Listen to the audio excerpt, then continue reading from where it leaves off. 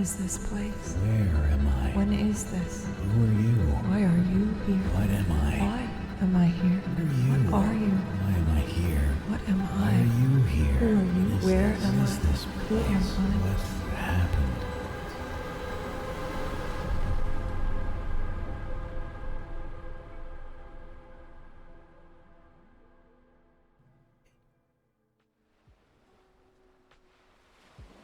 Who are we but our memories? Today's episode is going to go a little differently for our wonderful players and for you, our wonderful viewers, live viewers, because I can't start without the memory. I can't begin without the memory. I need one of you to say, remember when we fought Remember when we fought a... Yeah, that's right. And we are going to go straight into the chat here. And the chat are going to pick what we're doing.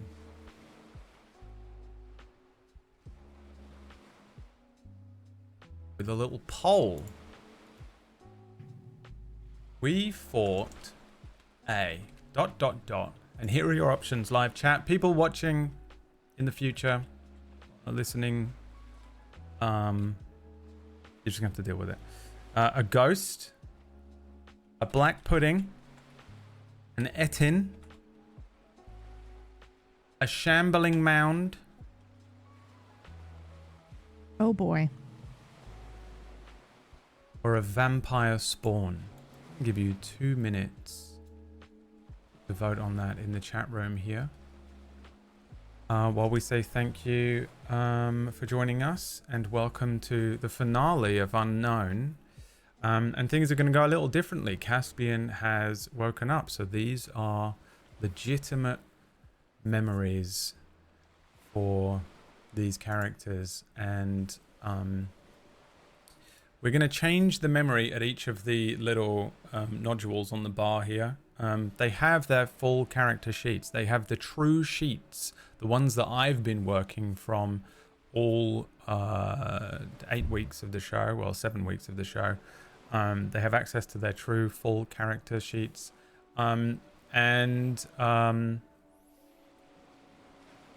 to just change the memory every time we hit one of those little things. We'll probably non-effort this, and we won't do it immediately. It won't immediately suddenly change because it's too hard to do. But that's kind of the plan. If you want to support the channel, then go ahead and throw us a coin. There's no wheel spin today. I know that's like fun and exciting. But they did it. They unspun it all. Wack is looking... He's smirking about something, and I want to know what it is. I also want to know why you're dressed like it's December 21st. What's happening here? Is it cold? It was really cold when I went out this morning. It was 40 something when I went out this morning. That's a great hoodie. Where could we get such a hoodie? I don't know. Why don't you show off the if little... only there was... Hello, everyone. Yeah. I'm Wacksteven. And in case you're wondering where you can get a hoodie as fine as this, designed by myself, Pumpkinberry, and I can't remember if we're okay saying who did this. I think we're good with. Are we good with domestic wife? Can we say domestic wife? Yeah, we can say domestic wife. Domestic wife. Designed this hoodie. You can head on over to merch.tablestory.tv where you can pick one up yourself. Go check it out. They have voted for, of course they couldn't come to a decision, a black pudding or a shambling mound. They do the shit to me in my chat. It's impossible. I swear to God, there's never been a single, like, we've chosen one. They always split it. So, why don't we toss a coin? You want to roll me a D2. How about the next person that donates $5 can decide? We don't know how long that's going to take. Okay, all right, that's fair. Well, we have time because I need one of you to say we were at that. We were at that. Yeah, that's right. We were at that swamp graveyard. I wrote gravy yard, which is a very different. Gravy yard? Yeah, no, but I Actually, didn't. because of your disdain for gravy, Desert trading camp, which is 95% of British foods. Druid All Cove, gravy. or fighting pit are your options for this one. Remember when we fought a? Remember We when don't we know. fought a? We don't know because they didn't come to a conclusion. I need one of you to roll a Dude, d2. oh, right. Oh, right. One is I a. can do that. One is a black pudding. We got a tip from Miggles for She $6 desperately and wanted to be 90 the cents. vampire. I don't think that that's from Murgles. Yeah. But the message says Vampire Swamp. Oh, maybe it is. Vampire Swamp. It's not a vampire swamp though.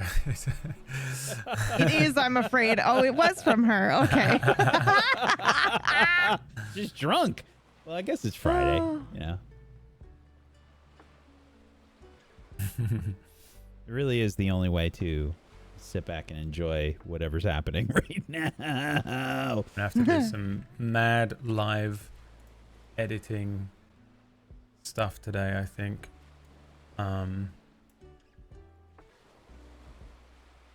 Because I had to prepare for hundreds of different possible outcomes for this. Okay, did you roll a d2? I did. What was it? A 2. A 2, so a shambling mound. Remember when we fought a shambling mound? We were at that looking like it's going to be swamp graveyard. Is it a vampire swamp? It is not. No, I don't. She's just obsessed with vampires. I'm actually genuinely impressed that vampire didn't win. I was like, surely they're just going to pick vampire if I put vampire. And I almost didn't do it. We'd be like, this dead. seems too obvious. Aren't No, they really you tough? guys are strong as hell. Plus, you are a cleric. At a swamp graveyard. Hey, remember when you guys fought that vampire spawn? No, that shambling mound. In the swamp graveyard? In that swamp Yeah, I remember that. graveyard. Let's bring you over to the map. I got some real battle maps. I prepared so much stuff for this. You will only see one thing, 1/4. Thank you so much for the tips thus far, everybody. We appreciate you. Thank you. We see a young-looking Caspian. I think this looks like Caspian and River as we've seen them, since they were recalled. Whilst we've been following them through sort of Caspians and partially some others, subconscious. We see them now in a legitimate memory as they find themselves in a deep, dark, dank swamp, and they start moving across some loose boards over awkward mounds of earth and grass that every now and then you sort of delicately place a boot onto one of these what you expect to be solid earth and mounds of grass, and then your boot slips through into water. You creep forward, the two of you. It's dark, late. First of all, where in the world are you? How did you get to this swamp, do you think?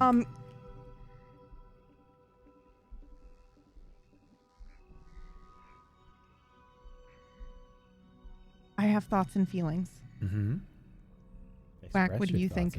Yeah, we expressed them. Yes. That's literally the question. Well, what was your first instinct, Wack? I am going to express my thoughts and feelings. Nothing immediately jumped into my mind. The only thing that jumped into my mind was, ooh, this map is cool. What's that big skull? Is that a giant, devil or something?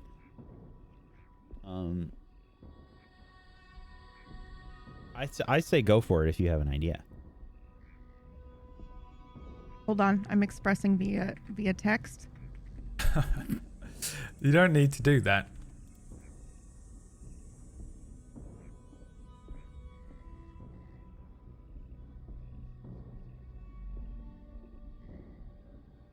You can do whatever you want. Yeah? I think so. How so. do we feel about that? Fine. Yeah? Okay. Well, then that means that we sailed. What? Why is that so funny? That means we sailed here, but it remains unnamed at the moment for reasons. Mm-hmm. Again, we don't know what year this is in Solmira as well. So, who knows what we're looking at here? An unnamed island. The two of you are sort of moving through this this swampland. Okay, if we don't have a direct idea why we're here, maybe Wanderlust is the default answer. By the way. We're just exploring. Wanderlust. Yeah. Yeah. Sure. If you can come up with a that's why I want to put questions to you. These are your characters now. Okay. But if you don't, the default answer is just Wanderlust. Like these two characters. In a tree. I think these two characters did a lot of exploring. They did a lot of exploring in the many years they were together. As you move through, part of the moonlight sort of shines down through the canopy, and there is an area of rotten wood, broken trees, and an enormous sort of rotted looking broken kaiju skull sitting sort of half buried in this piece of the swamp. There's an enormous jawbone that's kind of split, part of it sticking into the ground, part of it jutting upwards, and from one of the eye sockets there is a mass of moss and vines and muck that begins to crawl and shift and move. Suddenly it moves a little quicker than you were maybe expecting, but still no more than a shamble.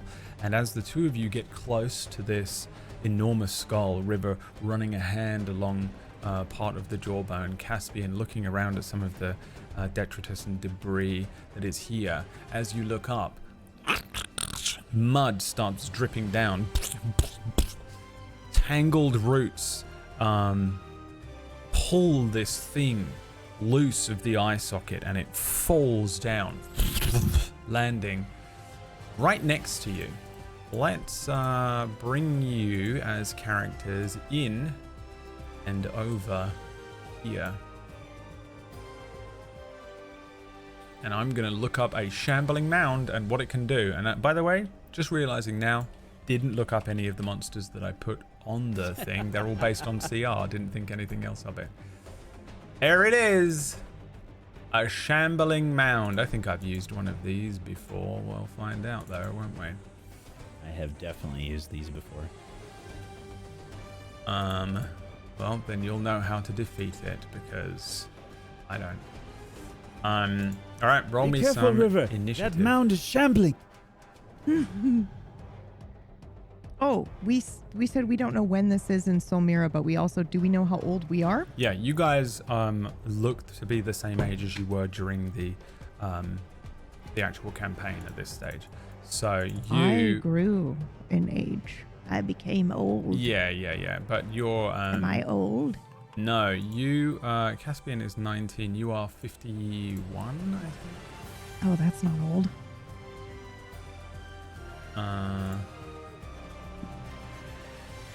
Yeah, 51.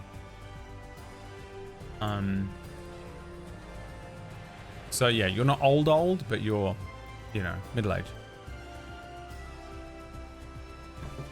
Please roll me some initiatives. I just saw the token.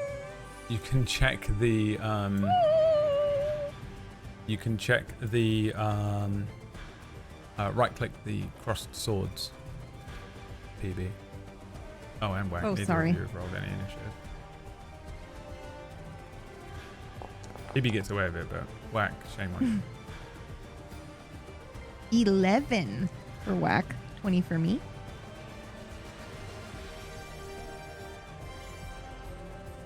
Shambling Mound will go on an 11 as well. What is your dex score? An 8? I think it organizes it automatically. It does? But yeah. Yeah, mine's that an actually 18. makes sense, yeah. This is an 18, yeah. Okay, River, you're up first. Okay. With my true sheet and everything. Okay. Yeah, and it's up I'm to you if going- you want to, like, omit some stuff. Like, I don't know if Caspian has his staff yet or whatever, but I didn't want to take it from you. But if you wanted to, you can swap it out for I a see. traditional Okay. quarter staff and say that he found it after this. But maybe it was the first fucking thing you found. I don't know. Have at thee. Yeah, let's make this hard. I've got a regular quarter staff right now. All right, drag one in.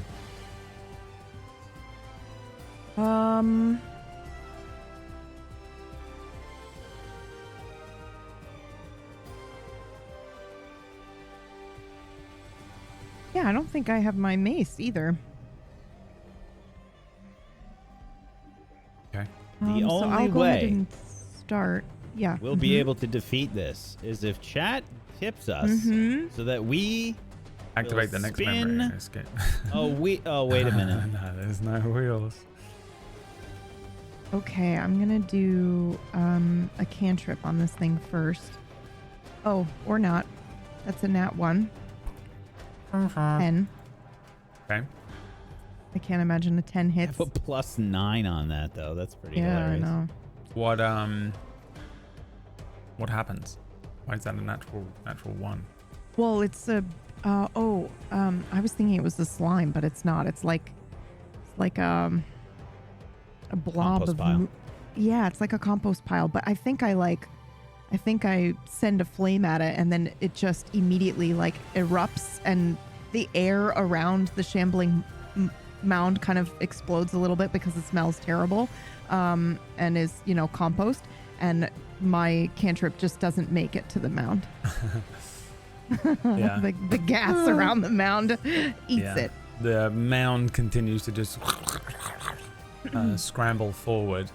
Yeah, your cantrip does not get anywhere near close. You still have a bonus action. Yes, I'm actually gonna move back. Can I move back here? There's space to walk back here? Okay. Yeah. I want to make sure that was appropriate amount of movement. I'm gonna get right under this adorable little toad in a tree. Okay. I think that is a downed tree. That's why it's all broken. Yeah. Oh. Well, it is a Why down does tree. the height of the toad make it more adorable for you? he's like watching over Can't me. see it if it's under 6 feet. Can't. Yeah. It's just not there. He's just watching over me, singing a song. He's like watching the show that we're putting on for him. All right, Caspian. Young, inexperienced, one of your first adventures out, probably with River, and this shambling mound, this insane looking thing, lands on the ground beside you in this swamp. What do you do? I think I will begin with rage.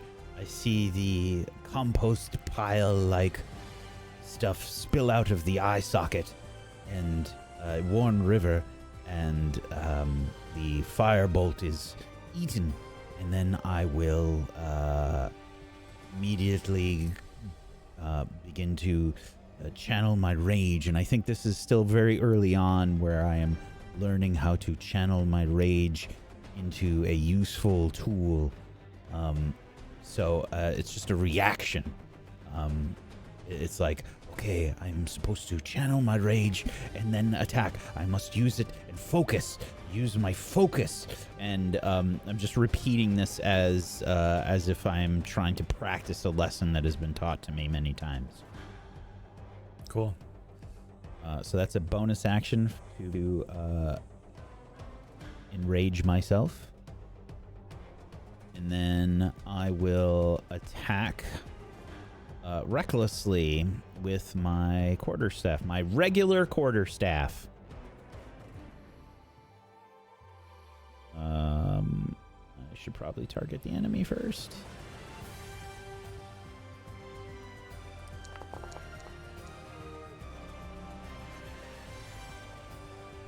That is a 23 to hit. Definitely hits.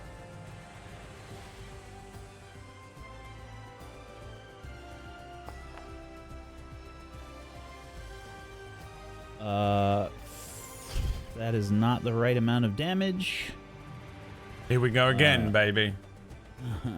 Yeah, it should be a D6, but with frenzy.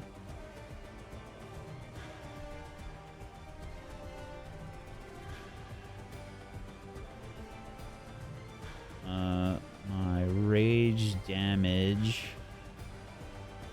is up to +4?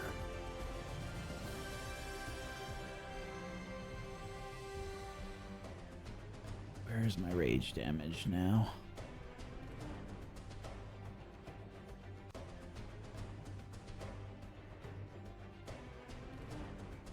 Oh, it should be getting added. I see it on the sheet, but it's just not. Yeah,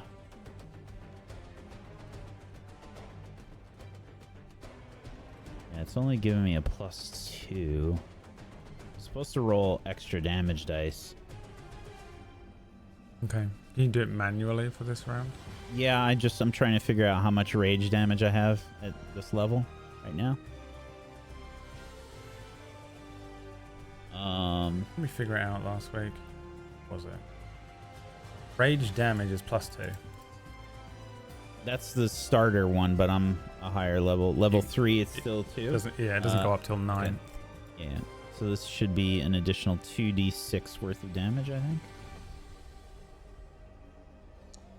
So another...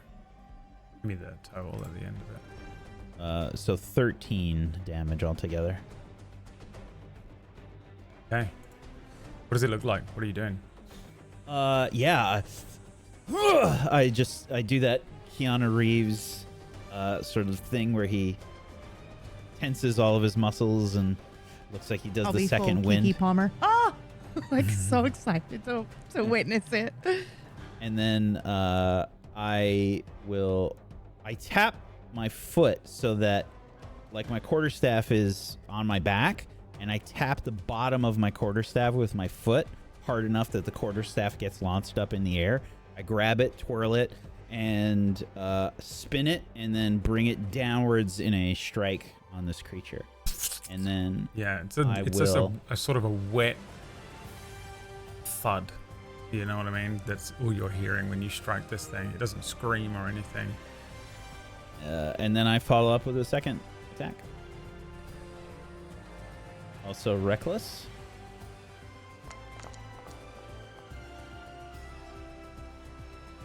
Another 23 to hit. Okay. 23 definitely hits.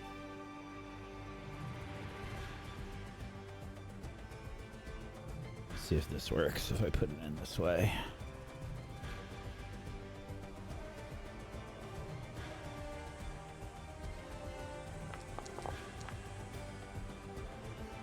That did work. Okay, this should be 18 damage. The second attack. Dang. Oh, I'm sorry. I don't get that bonus on the second one. Sorry. It's just 7. 7. I only get that frenzy bonus on the first attack. Okay. And then that is it for my turn. The Shambling Mound. I'm going to roll a d2 to determine how it responds to this.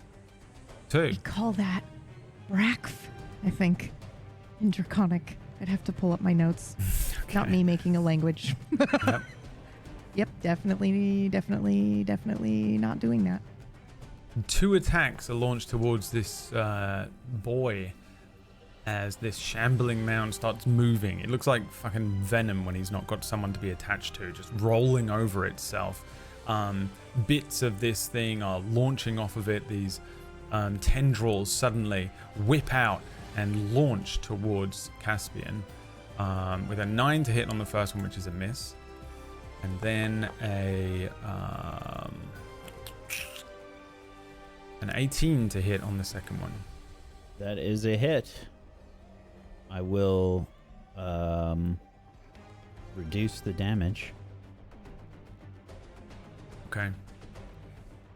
Let me roll some damage.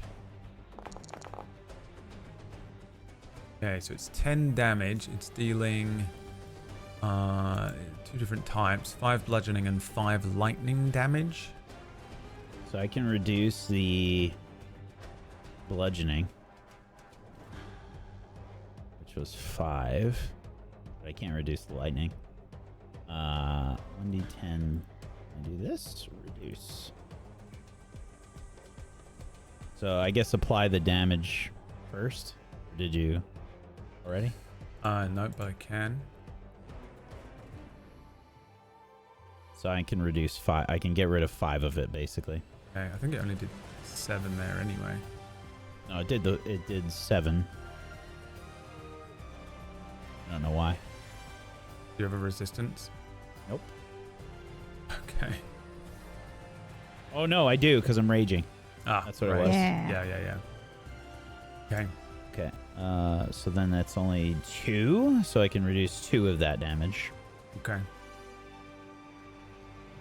Yeah, I think what happens is the tendril hits you, and yeah, you just get electrified by it. The actual slap of the tendril doesn't hurt Caspian, but then this sort of charged tendril, there is a sudden pulse as a and then this electricity runs up the arm of this thing, and yeah, Caspian just for a moment. It will then try and engulf you. Let's see what happens here. This is a strength saving throw from Caspian. As it tries to I'm raging. pull you into it for a cuddle. Okay. You advantage on shambling strength checks cuddle. and strength saving throws. A shambling cuddle is what everyone gets from me when I've had a few. Nice.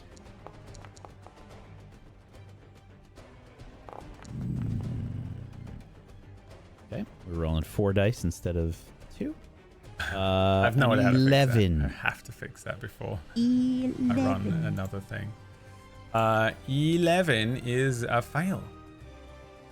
Damn. I have some other bullshit. Okay. Now might be the time Not- to use it.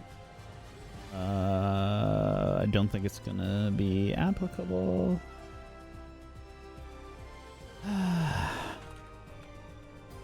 Nope.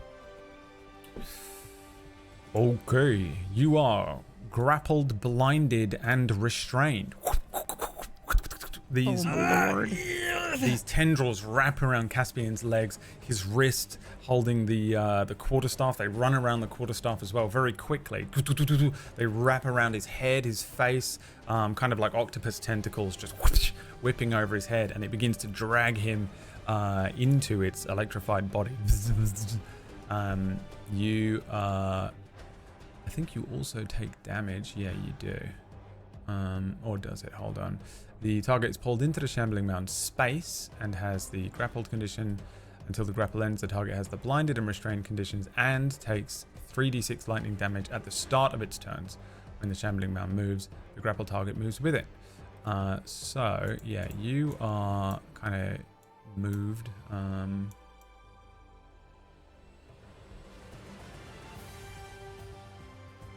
I don't know. Why can't I move you onto this thing? Is it because you... You have to ask nicely.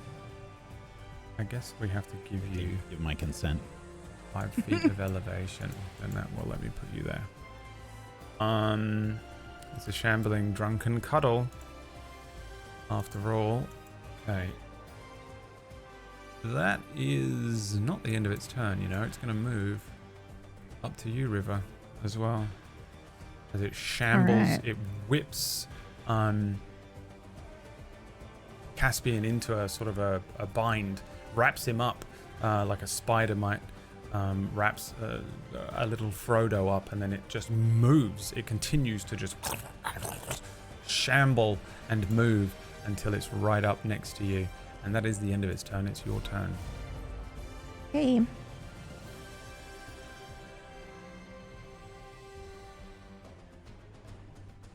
What do you want to do? Your turn is... I'm considering. Okay. Okay. Because obviously I don't want to hurt him while he's being grappled.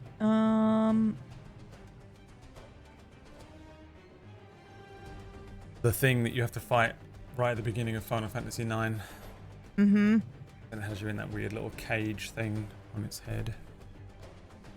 That's exactly what this looks like now. Because we're in good old-fashioned, classic, traditional D&D world. As provided for by me. And not the remnants of the artist formerly known as Pumpkinberry. Oh, God. 16? This is a guiding Plus bolt. 9 coming in. Yeah. Yep. 16 hits. Nice.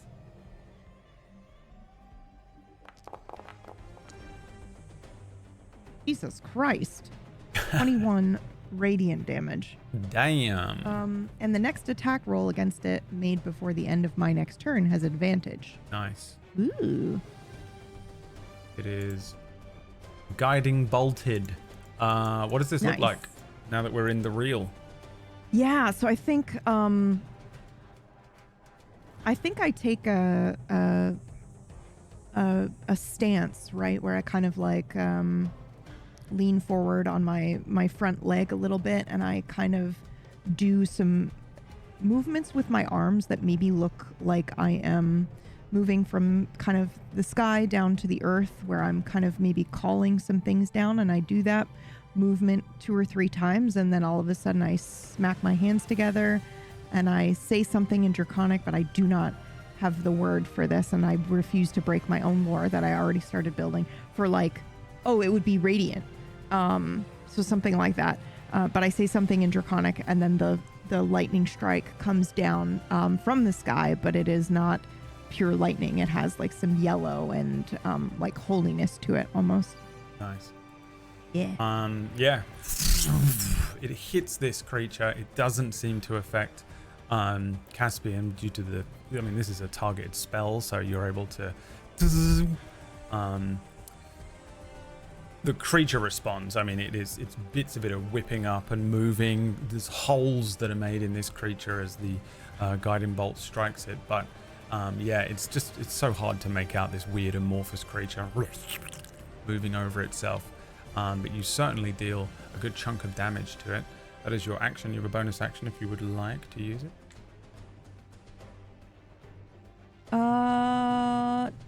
Nope. I'm good. Okay. Caspian. I Currently take engulfed. lightning damage. Well, yes, at the beginning of your turn, and it's just straight up damage in it. 3d6. I'm just gonna roll it here like this. 7 lightning damage for you if you want to mark that off yourself. Just pulled towards this thing, and every now and then it pulses. And yeah. And then And then yeah, it is your turn. I have to go for the easy laugh whenever possible. I I wouldn't know will how try that to feels. break free. Yeah, I guess you can make another strength saving throw. It doesn't say. I wouldn't know how to do that. I mean, that's Jesus Christ. the only thing I do in my entire life. Yeah, give me another strength saving throw. The Target to beat is 15. Fuck. With advantage because of the rage. Mm-hmm. 4 dice. The 4 dice have spoken. And 2 isn't enough. 15. 15 So makes I it, break breaks free. it. Yeah. So you just. Escape DC is actually 14 for the grapple. Oh, it is? Yep. Where is that? Why don't I see? It's Oh, in it's the here. engulf. I see. Yeah. Okay, cool. Yeah, 14. Yeah. The tendrils break, split, come loose, and Caspian kind of just flies out of it, looking like he's in one of those like 70s kung fu movies. You know where they kind of fly backwards and spin as he breaks out of this thing. That's your action. You still have a bonus action, right? You can That probably is do the some- best expression I've ever seen Wack make. That was amazing. What happened to him then? Yeah. Oh, it was awesome. I will. I guess I'm gonna move here. I sort of like erupt out of this mound. I'll move there, and then I will plant my staff in the ground and sort of use it like a fulcrum or a lever in this case. Either way, Fulcrum. I spin around. Yeah, I spin around, use it like a fulcrum, and deal like 2 quick kicks. Unarmed strikes. Okay. And if I hit, I think we're gonna try and stun this thing. We're almost And at I that think first notch as well. Thank you, everybody, for supporting us. We appreciate and love you. This will be, so this is going to be reckless, and I don't know how much it is for each of those notches. They are completely randomly placed. Love that for you. It was one of the last things I completely forgot about and was like, shh. You know, Oh, when- shit. yeah. Mm-hmm. so I'm Running gonna these do- shows is very easy and doesn't always end up Yeah, the most mind totally super easy. difficult thing that you're scrambling to do every single week. Yeah, 12 different jobs at once. Absolutely Yep. insane. And then, so I'm going to use Flurry of Blows to do 2 kicks. And if I hit, I'm going to go for a Stunning Strike. Okay. Okay. Make sure I'm using the right one.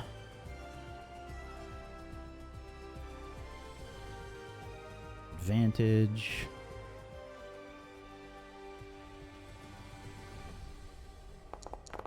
I must stand.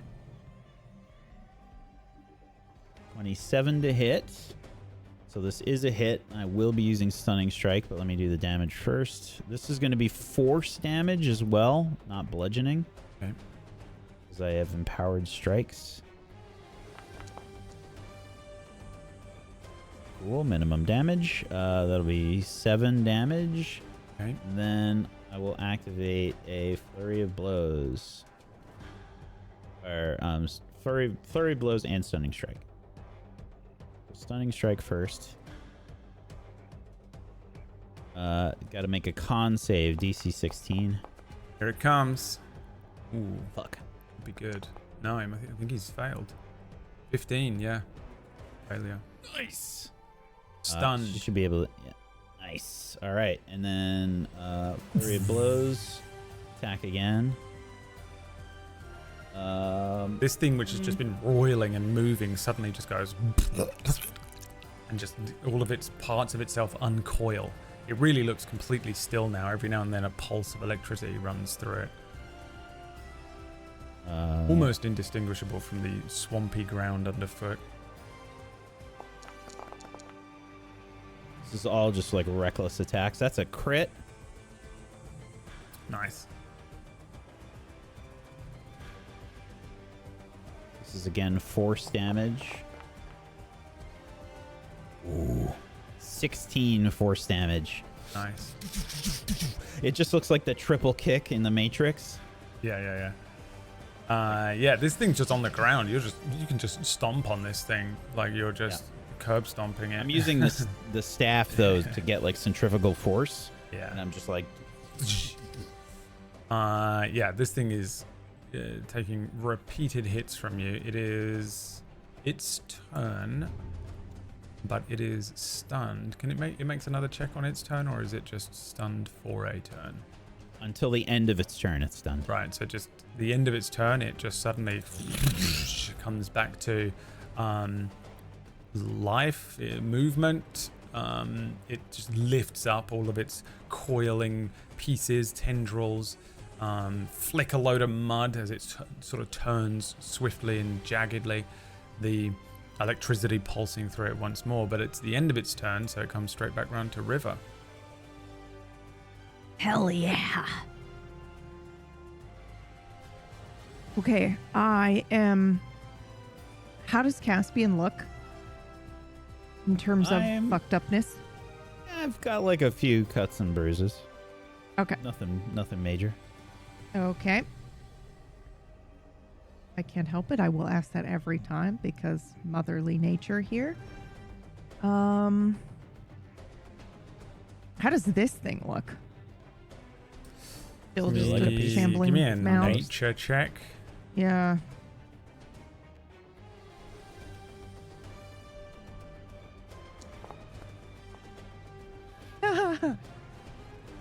Three. You've probably never seen this thing before. You Yeah, have no idea. this is crazy. You can't Okay. tell what it even is, whether it's even damaged at this point. I mean, it seems to be taking damage. It's reacting to the hits. It was stunned for a moment, but yeah, you have no idea how badly damaged this thing is. Make sure to take its effects and things off, Brad. A couple of cuts and bruises.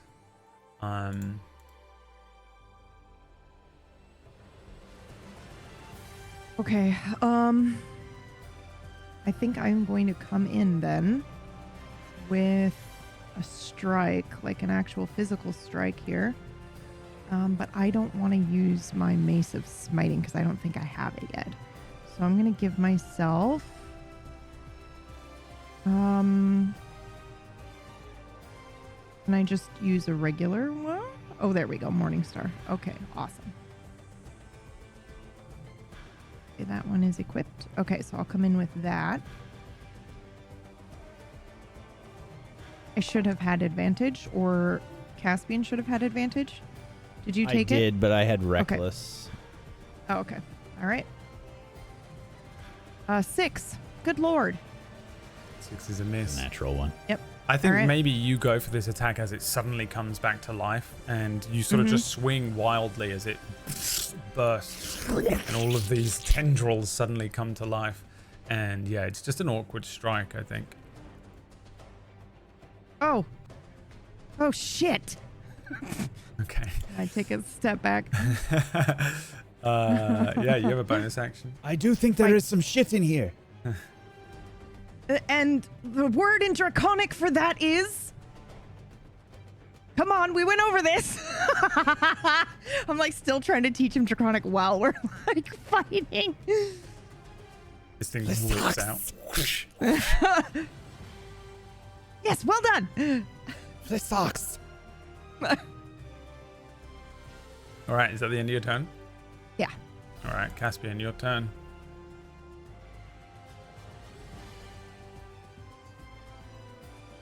I am going to... I think it's probably a waste if I use this other shit. I don't think I'm going to do that. I'm not going to do that. I will continue beating on it with the quarterstaff. Again, this will be Reckless.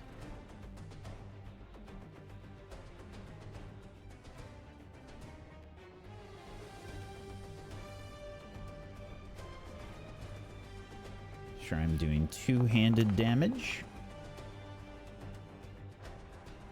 17 to hit. 17 does hit. Okay, let's stun it again. Or try to.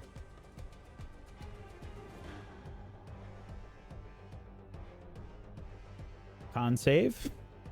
Coming up. Natural 1. Ouch. It is stunned. Yep. Should be able to just hit the apply effects It falls limp before you.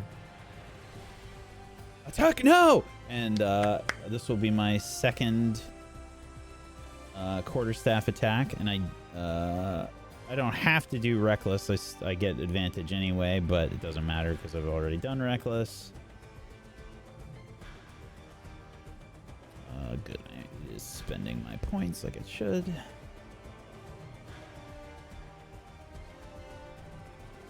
Two-handed advantage. 18 to hit. Hits. This is additional 2d6 damage. Oh, did we hit the first notch? Woo! Looks like we did. For 12 damage for this of my first attacks. I'm still here and present. 12 damage.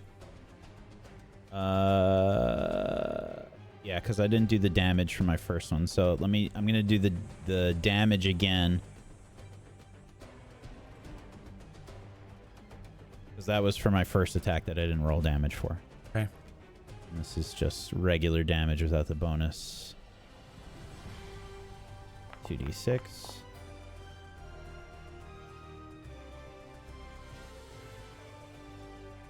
I think that's another 12?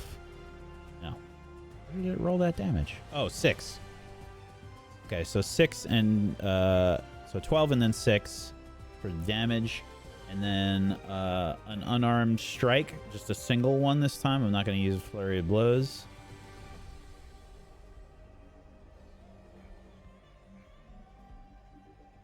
I'm basically like aiming with the lower section of my staff. I dig into the ground and like lift it up into the air and then bring an overhand strike down on this, slamming it back down into the ground. When it hits the ground, I will leap up into the air and do that like Bruce Lee thing where he like stomps on somebody when he falls and like Yeah. Okay.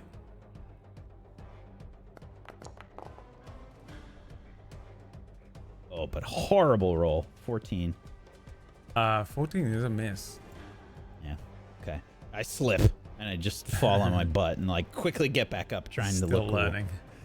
Yeah. That's it for me. Okay, Shambling Mound's turn. Ends the stunned effect. Bringing us to River's turn again as it once again returns to its form of shambling and movement. Pulses of electricity running through its body. Skating perfect. across the swampland underfoot. I'm going Thank you to so much do... for the tips, everybody. Thank you. Yes, thank you. I'm going to do Sacred Flame. I will roll extremely so- high yes. for you.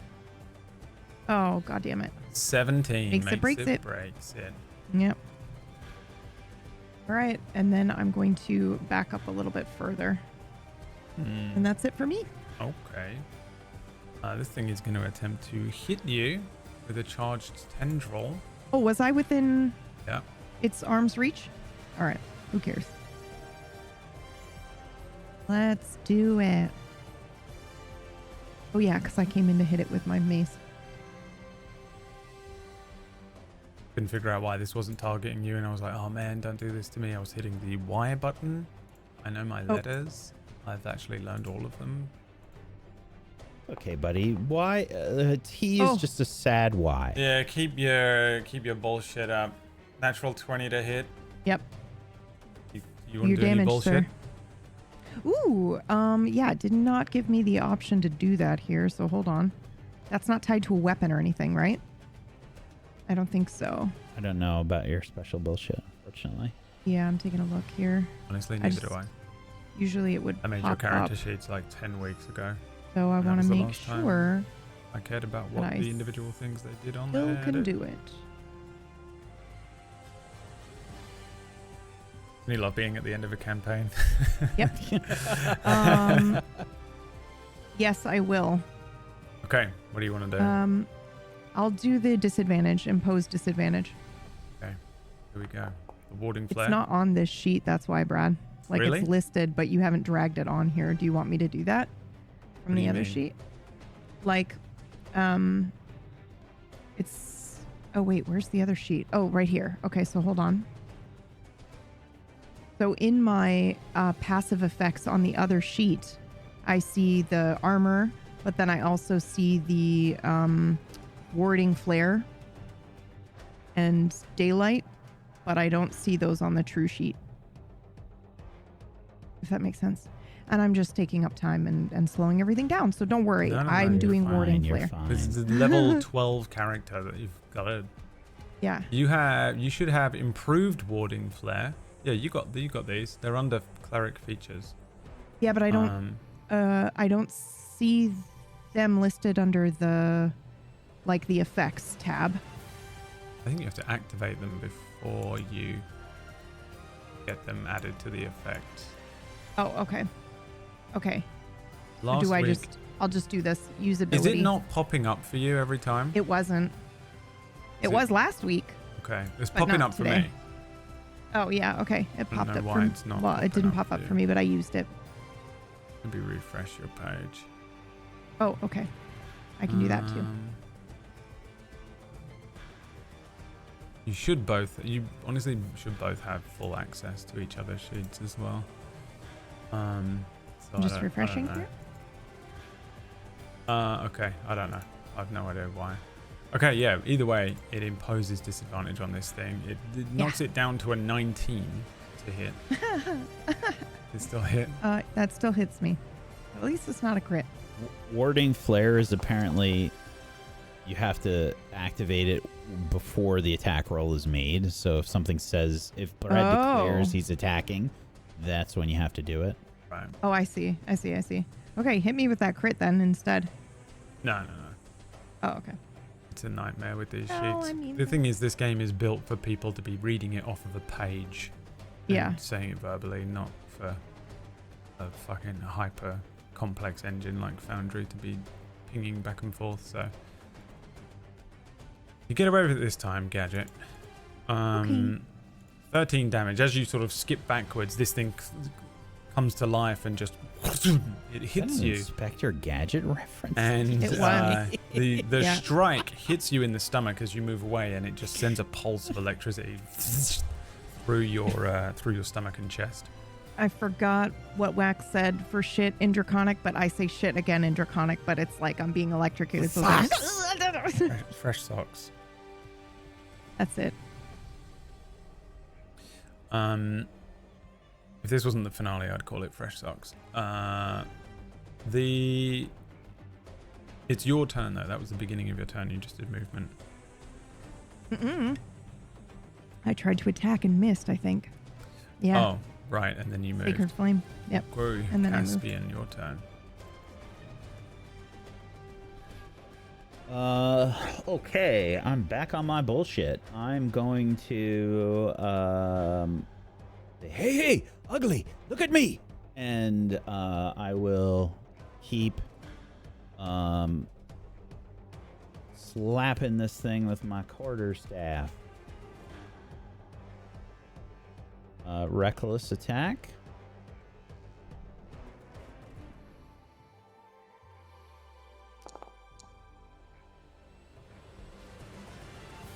$20 to hit. Hits. Damage with my special bullshit. Ooh, that's a juicy one. 21 damage, and why don't we go ahead and make that another stunning strike? Damn. Con save, please. Ah, motherfucker. Master of saves. It makes it save this time. No, it doesn't. Yes, it does. Okay. And then No, it doesn't. Really? I think I rolled for you somehow. What's this con mod? No, I rolled. It should be a +3. Yeah, so it made it. So it would have made it. Yeah. Okay, so then just a second quarterstaff attack. Again, reckless.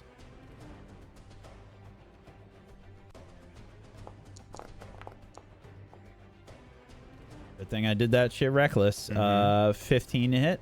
Makes it, breaks it. That's its AC. Okay.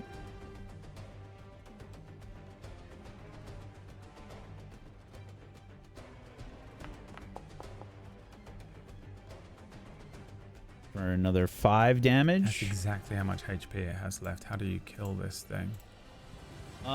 It's vicious. After I see River take that hit, I say, no, Ugly, look at me. We're having a fight. Where do you think you're going?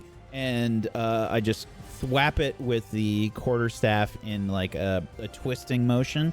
And then some of the barrels and crates that are here, basically what I do is I jam the quarterstaff against some of the barrels, and I topple over the crates onto this thing, and it just squishes it.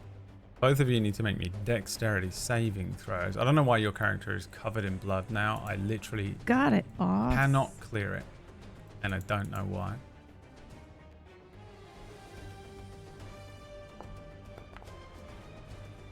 It's a deck save. Is this a trap? I'm assuming not. What is your bullshit called again? I think you get it, the barbarian one. Yeah, I'm trying to find it. Because I think I have double bullshit. No, that's different. Unarmored defense. When you aren't wearing or wielding a shield, your base armor. Nope, that's not it. Called like danger sense or something. Danger sense. Yeah, there it is. Uncanny sense. Advantage on deck saves unless I have the incapacitated condition. So yes, I do. Yeah. I rolled an 11. Oof, that's a fail.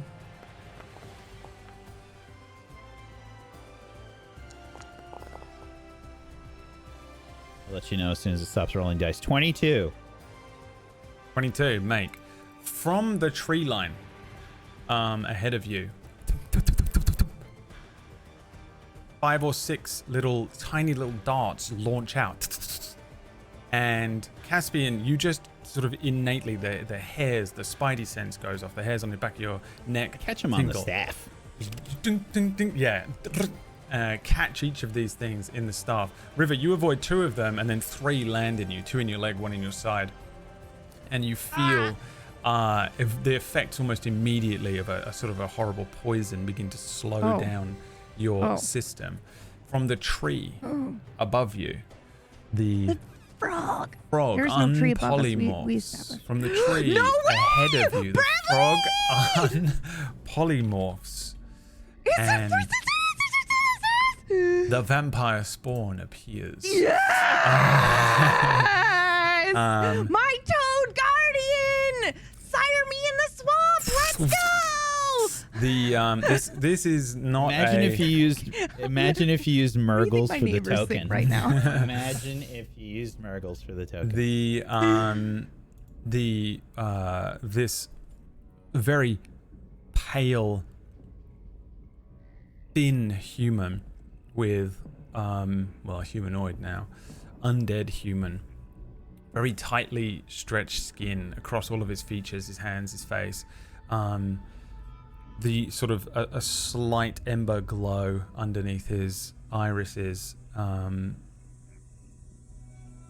The remains of an old-looking, sort of noble-ish suit. This individual says, Yes, I have found you. Ah, my prey. It has been so long since somebody has been to this swamp. You smell exquisite. opens its mouth, and there is like it has fangs, but there is like drool and ooze that runs down his chin and sloughs off of his chin onto the swamp underneath. He holds between his fingers and produces them like a magician might with cards, even more of those tiny little darts, these little flechettes, and he says, Well, let us see how you do now, with the poison running through your veins. and jumps forward. That is where the memory ends. What?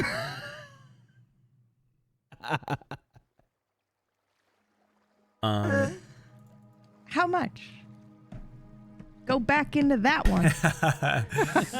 You never go back, unfortunately. That's what the whole campaign's about. Go back, Kate. All right. Murgles has ripped the computer out of the wall and thrown it down on the ground.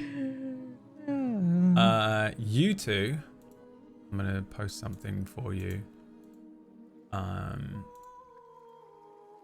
In our little Discord. Prepare yourselves. Where did I put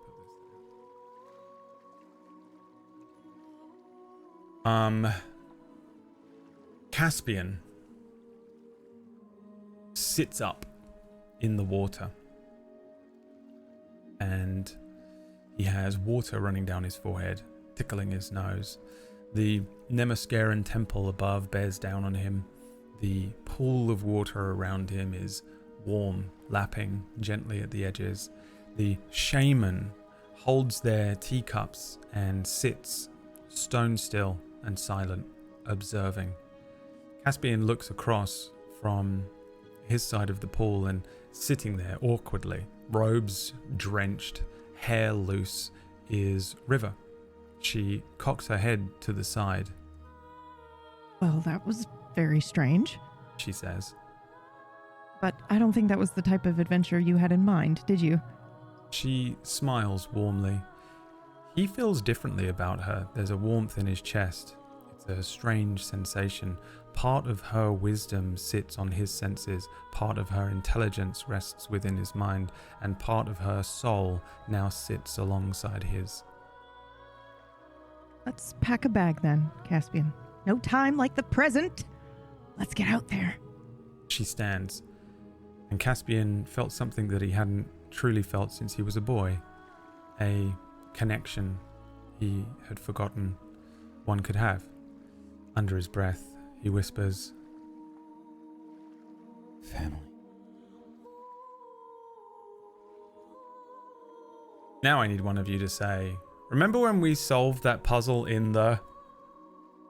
Hey, do you remember when you solved that puzzle in the,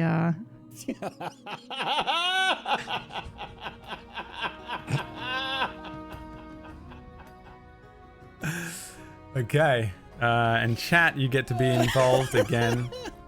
Thank you so much for the so much for the tips so far. Wack is going to shill for the next segment while I set this up. Thank you, everybody, so much for watching the show thus far. We appreciate you so much. That is not the shilling aspect. We really do appreciate it. It helps keep the lights on here on Tablestory.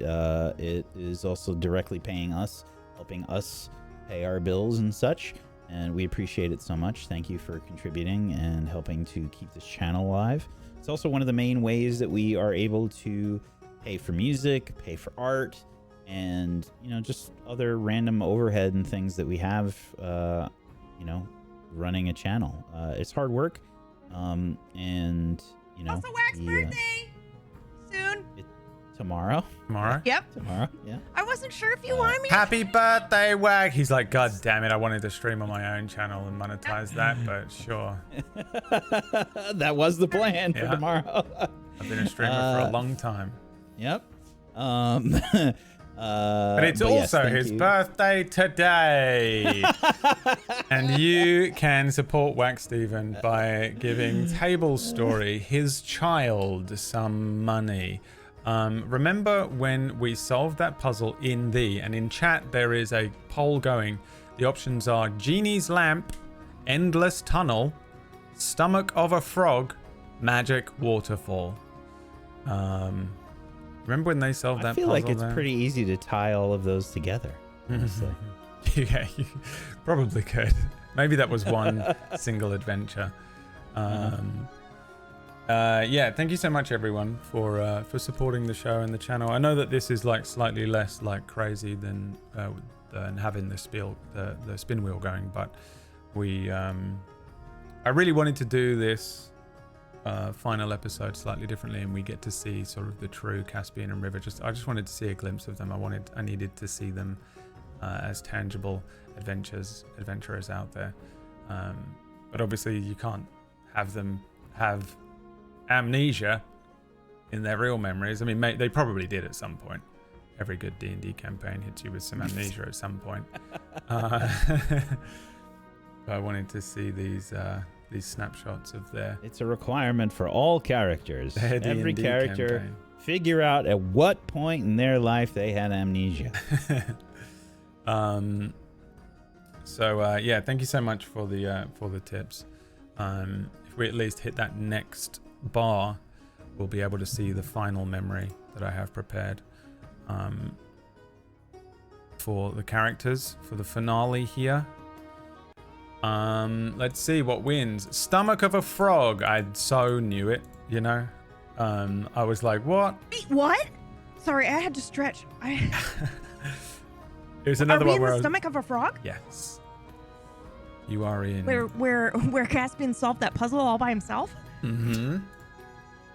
That's correct. Love you. Happy birthday.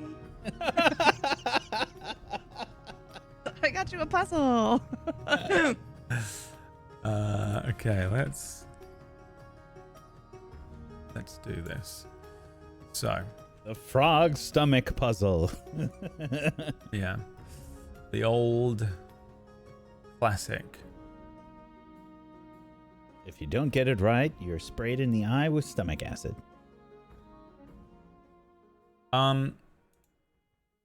How did you guys end up in the stomach of a frog? Well, you see, it all started with this vampire. We assumed it was a toad. Oh, this is- But unfortunately... Canonically, this is many years later because Caspian is slightly older now. He's like late 20s, But River maybe. has stayed the same age. Oh, there's a Did I there's- stay On the her same age? birthday. No. On her birthday definitely cakes, do it not. said 51 for like the Forever. last... I actually love that. No, And that's canon now. you have a 32-year age gap between you. So if he's in his like mid to late 20s, you'd be in your mid to late 50s, early 60s. Okay. Okay. So we're looking at like 5, 6, 7 years later, somewhere in that region. Yeah. If we... Okay, and we're in the belly of a toad? Correct. frog. Frog. I Sorry. don't know the difference. If we were in the belly of a Mhm. frog, I would say that I think we went to get some ingredients for special, let's say like a special potion of some kind. We Oh, were saving a 100%. friend. Yeah. We were yeah. saving a friend, and we needed some rare herbs. What we thought was a regular frog was, in fact, some kind of creature of some kind. Do you mind if I add to this? I think mean, that a I merchant guess. offered to. Oh wow. Okay. Oh, I'll stop speaking. I love that I specifically asked you both to tell me what I know, we're doing, I and know, you were like, I know. "Can I have permission giving me to shit. tell you what Oh. we're doing, please?" Well, I didn't want to interrupt him. but- interrupt him. I like the idea that a local traveling merchant was like, I have the ingredients, but it was ridiculously priced. And I was just like, we'll go get it ourselves. And you were like, are you sure that's a good idea? And I was like, oh, we can totally handle it. I feel like I'm the bad influence a little bit Yeah. in the Wanderlust exploration. And so I think it's like never ending story style, right? Where we're like walking along, you know, marsh or wherever it is that we are. And it's like, it's like the soft. Well, not that part. It's the soft earth. And then all of a sudden everything starts shaking. And then, you know, up comes this fucking large ass toad that eats us. That's exactly Frog. what it was. Yeah, and you're in there now. Thanks, Brad. And You're that's exactly what happened. You're inside an absolutely enormous frog. Every breath in here stinks. It's awful. The walls pulse and shift.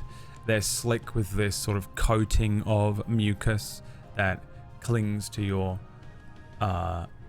body, your clothes, and you're kind of squished in a little with the muscles of this thing kind of contracting, but there's also kind of a cavernous feeling to this thing.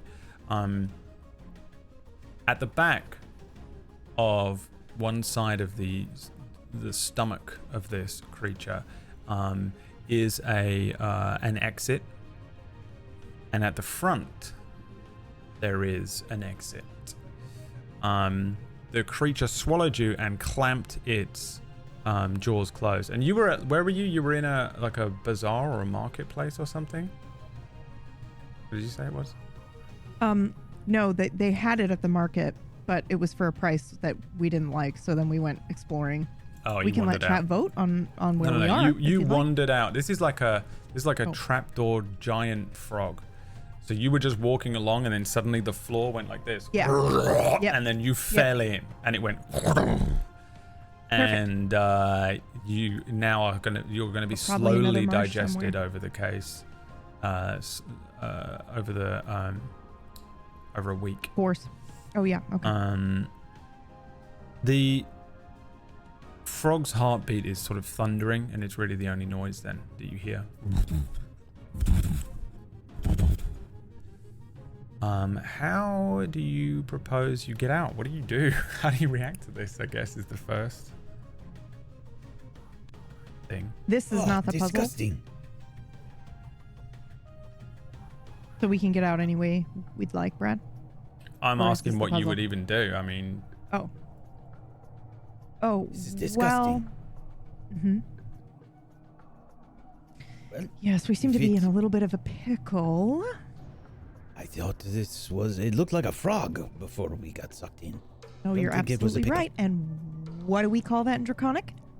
Oh, actually, this has been, 5 years? I'm not teaching you Draconic anymore. You know it. you're speaking in Draconic right now. Yeah, we're speaking in Draconic right now. Perfect. Thank you. Thank you for the assist. My instinct is to try to make us as undigestible as possible. Do you have any ideas? Like perhaps if I just create a big bubble, We could try pocket that. of air. Either pocket of that, or air, I could start hitting things. Why don't you go ahead and start that, and I'll work on the bubble. Or we can try and climb out. Not down. I don't want to go down. Maybe we can go up. Through the jaw? Yeah. Clamp jaw? I don't want to go the other way, do you? Well, no. I don't want to eat shit.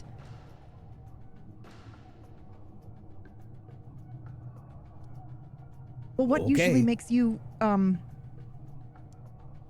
what usually makes you not want to digest something? Well, Pockets I'm of not air really a might big make it fan burp, of... right? Sure. Well, I've never really been a big fan of that cheese that you like so much. Oh, come on. It's the best. But I have no interest in having cheese that comes from... Well, I'm not even sure it's really milk. Well, what else would Can it we be? even call it a cheese? I mean, we do and they do, and it is called a cheese. But what else would it be if it isn't from milk? It's just fermented. It's terrible. What about those beans you like? Those are fermented. I'm going to start looking for cheese and see if there's Are any... you telling me that you don't like those beans either? Well, Maybe you just don't like fermented things. What about wine? not really, if I'm honest. Oh, so now we're being honest. I see. Well, you never asked before. That's true. All right, well, I- I'll just... All right, I'll try hitting things, and I start. Yeah.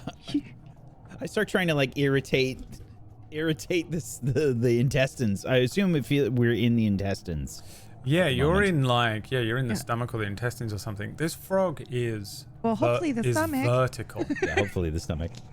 Is vertical, remember, as well. Mm-hmm. So you're kind of like at an awkward angle, I think, like sitting strangely on just a fleshy part of this creature's insides. both of you need to make me Constitution saving throws first. The number to hell beat yeah. is 12. Oh God. And I assume, have we rested? No. You never get to rest. Ah. Oh, that's good to know. I'm sorry. What were we rolling? It's more Constitution? just to facilitate the idea that we're jumping in randomly in this campaign. Mm-hmm. You know what I mean? But yeah, you don't get to, and you will not get any rests the entire evening. Okay, good to know. Con save. 9. That's a 20 for me. Yeah. Okay, you make it. But River, you take 2d6 acid damage as you are being digested. Holy Don't step there! shit. I think that's stomach acid. Ow. I guess at least it's not trying to ferment me. Yeah, I'm gonna start wailing on the side walls of this thing's stomach. Yeah. The Make quarterstaff. It's not really And I will an assume attack at this roll, point but yeah. that I have my real quarterstaff that I won off of You that can have vampire. Yeah, that you won off of that vampire at the end of that story arc. Very early in the beginning of the campaign.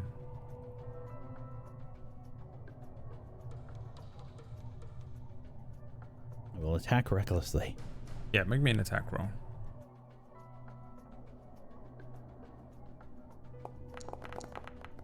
Ah! Oh, 17. It's a hit. Give me the damage. Give me as much damage as you want to do, and whatever. Oh. This is with frenzy.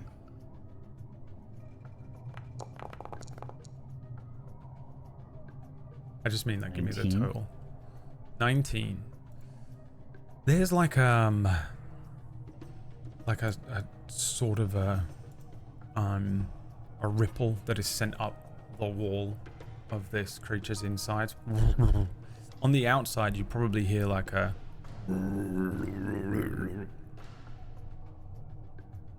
You get the sense that you haven't really done a huge amount of damage to this thing, and that it's not really reacting in the way that you are hoping it might. Speaking of, are we allowed to use reactions here, or are we starting now? Like, could I do absorb elements as a reaction, so that I take half that Read fucking damage? absorb elements to me. Hold on, please.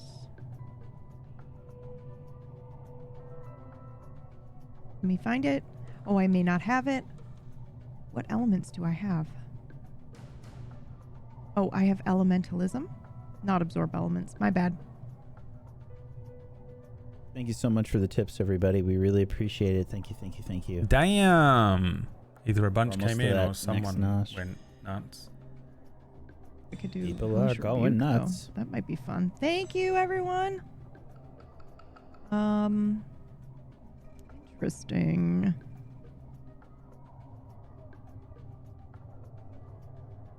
Sorry, go ahead, Brad. I don't have that one. I have a different elemental thing. Okay. All right. So you take 2d6 Yeah, I did. acid damage. Then roll that and do that yourself. Okay. You can be responsible for your own damage for once.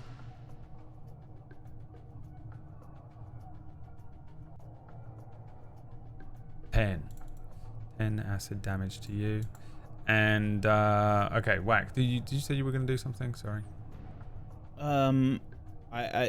I think I'm waiting to see how it reacted, and if it feel like it didn't do anything, I'll probably just say, "Are you all right?"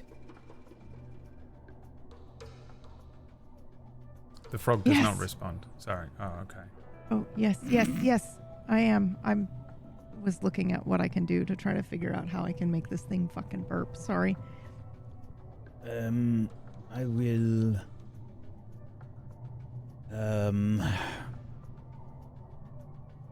I will. To be careful, it's very strong. I will start looking for places to climb. Does it look like I might be able to climb upwards?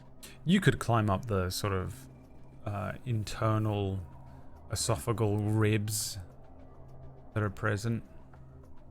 Okay. My other Um, choice. It will be slimy. Is- It won't be any easy climb, but it is climbable. It looks climbable. I think what I'm going to do, though, is I'm going to... Now, I know this isn't water, but I am going to ask River, hey, maybe we can irritate this another way. And I pull out a candle of the deep, Whoa. and I say, light this. Okay. I can do that with a cantrip. So I will do that. And Brad, how big is this stomach area that we are in? It's not big. It's probably 20 feet across. Perfect. Thank you. I light the candle, and then I would like to control the water in the stomach. With control water, it says until the spell ends, you control any water inside an area you choose that is a cube up to 100 feet on a side, using one of the following effects: flood, which could cause it to rise as much as 20 feet. I can also obviously like part the water, or I can redirect the flow, so I can have the water. I can create a tall wave that travels from one side of the area to the other and then crashes. So that's what I think I want to do. And I'm sorry, but it may not work, chat, but how often do you get to try to control water and stomach bile inside of a large creature that you are in to get it to fucking puke you out? Never. So I would like to try it. Yeah. I'd like to use my 1/4 level spell on the non-resting spell slot to do this. Okay. I think you're successful in messing with this bile and this water and stuff. There's like a from the outside of this creature, and then suddenly its mouth opens. A shaft of light rushing down. Quickly! And I begin to try to start climbing. Okay. I'll just leave the candle behind. Make me acrobatics checks, I think, or athletics. You know, acrobatics or athletics you can do. Oh boy. Climb up, and you boy. have disadvantage because it's slippery and mucusy, and the entire frog starts wobbling.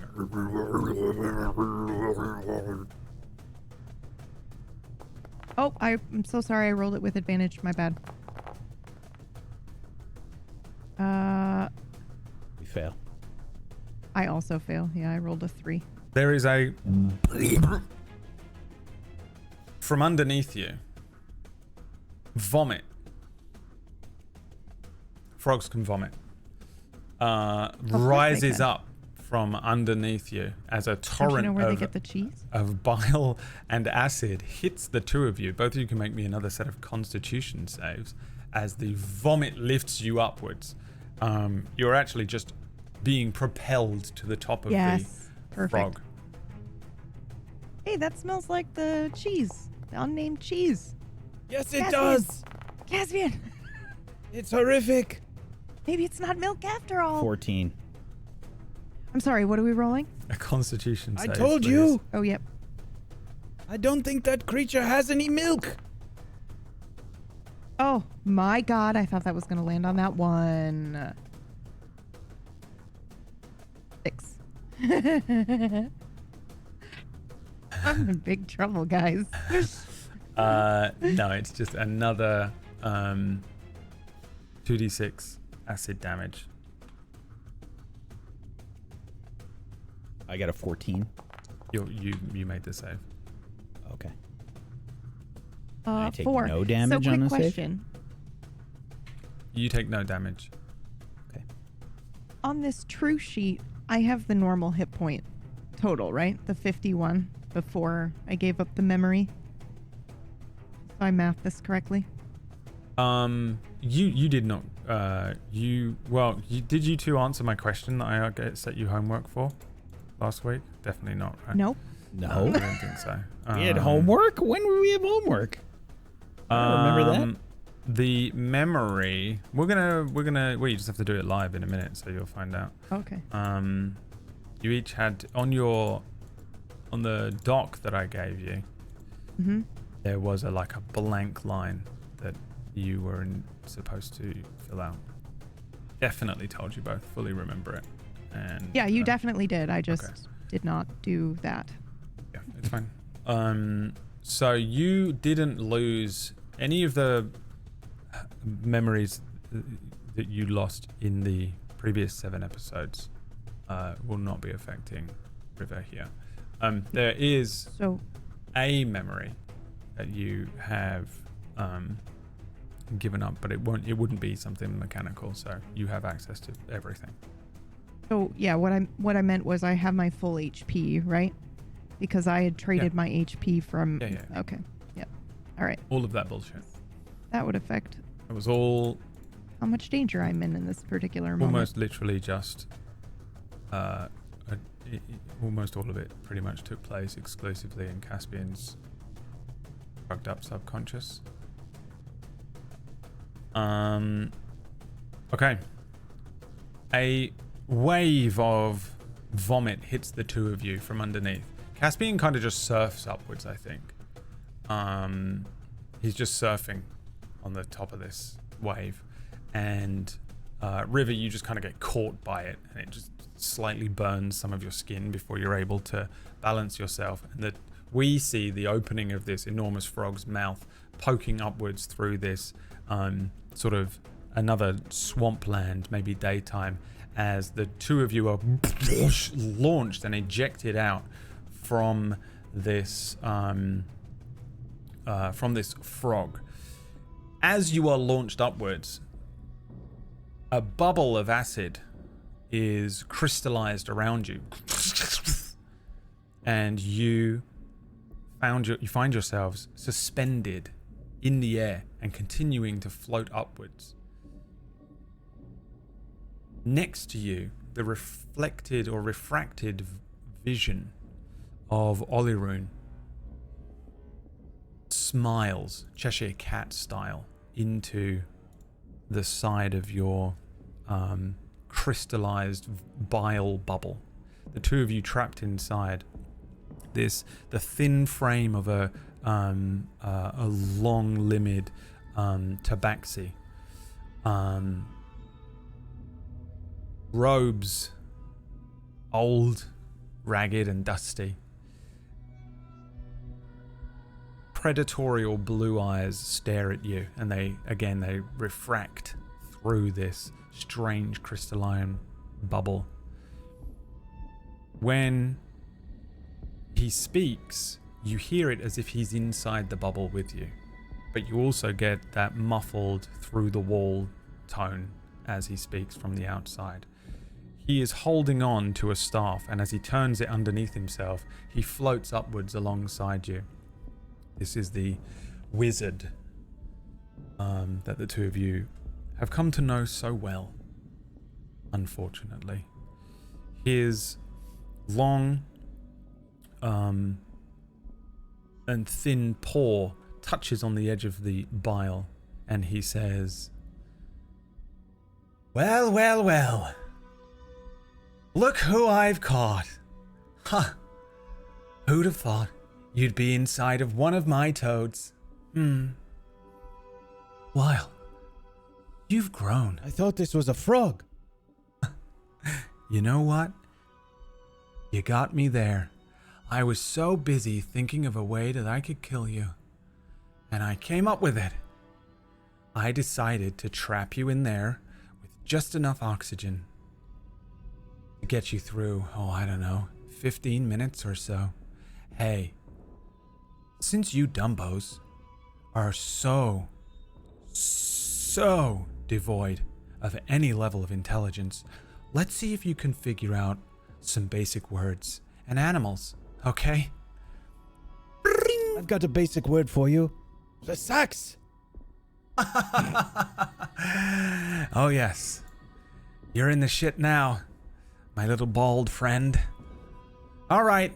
Well, it was great knowing you. I'm off to find another village. And, let's see. I think I'm gonna get to this one first, so I don't think you're gonna be able to defend it. Bye. And he begins to float downwards and away from you. Your bubble is lifting up in the air, this sort of crystalline acid bubble. You must now solve a puzzle for me. Perfect. When do you want that memory, by the way? I don't care anymore. You don't care, I don't care. You do whatever you want. You do free. I mean, I care. I just had other things No, that I I'm was kidding. doing. At the end of this. Here is your puzzle.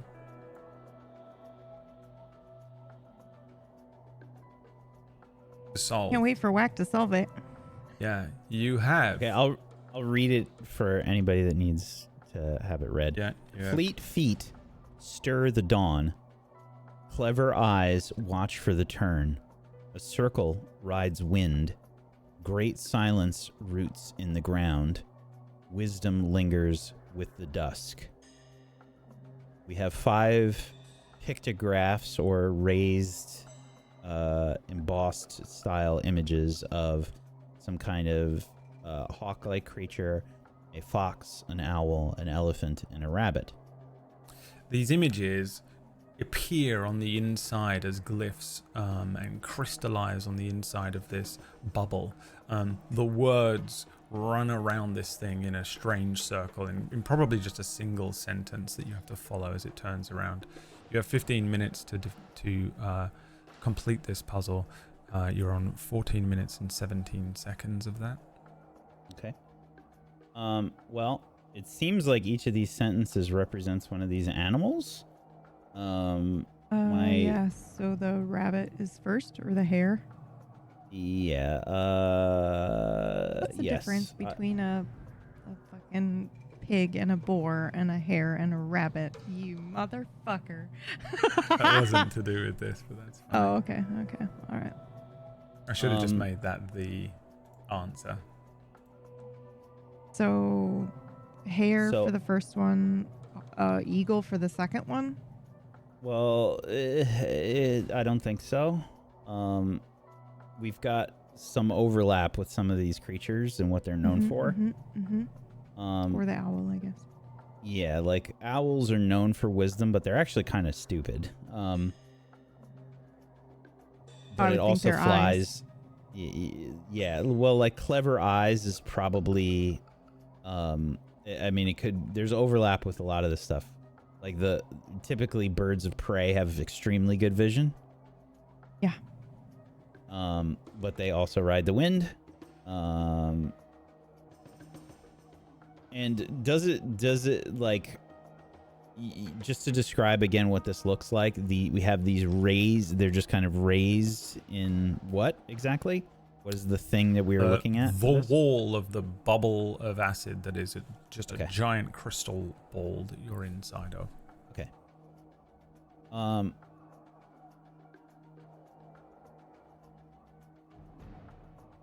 So foxes are both fleet. They're fast. They're clever. Rabbits or hares are fast. I don't think they're really considered clever. So I think the rabbit or the hare is probably right for the first one, for fleet feet stir the dawn. And the text, how is it like represented? Like, is it just below the images? That or is sort of, it appears in sort of magical scripture that runs around the outside or the inside of this thing, and it's just moving like a marquee, Oh. spinning and turning around each of you. Okay. I will And say, the- fleet feet stir the dawn, and I push the rabbit. I like touch the rabbit. Okay. Yeah, I was gonna say, can we move the rabbit? It just breaks. And is Oh. missing from the wall. Oh no. Okay. Or good. Do I recognize the eagle/hawk creature one? Which one is that? Make me a nature check.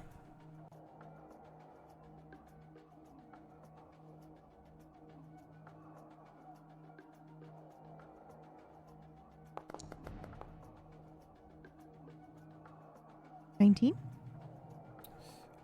Yes, it is a hawk. Okay. I would do that then for the circle rides wind. Hawks will ride thermals. I think wisdom lingers with the dusk is the owl in this case because it's a nighttime predator. Mm-hmm. I'm willing to like go final answer on that wisdom lingers with the dusk for the owl. Yep. So I And will. then I would do great silence for the elephant, and the clever eyes watch for the turn is the rabbit then, or the fox. Yeah, for the fox. Yep. So I will say wisdom lingers with the dusk, and I push the owl. Also, because the fox is looking at the hawk. It breaks. The owl and the rabbit are now missing.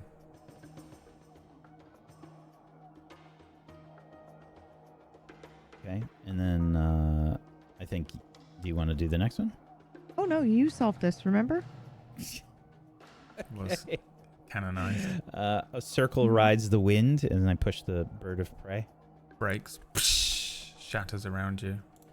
And clever eyes watch for the turn, and I push the fox. Breaks. And then great silence roots in the ground, and push the elephant. Breaks. The... That all 5? Yep. Yeah. The entire thing breaks around you. And you are falling. You are... Let's see here. So there's 9 minutes. I will say 6. Oh my god. Oh my god. Are we getting a recreation from Darkfire? Oh my god. 90 feet up in the air. Yeah. Below you, a sort of a swamp land.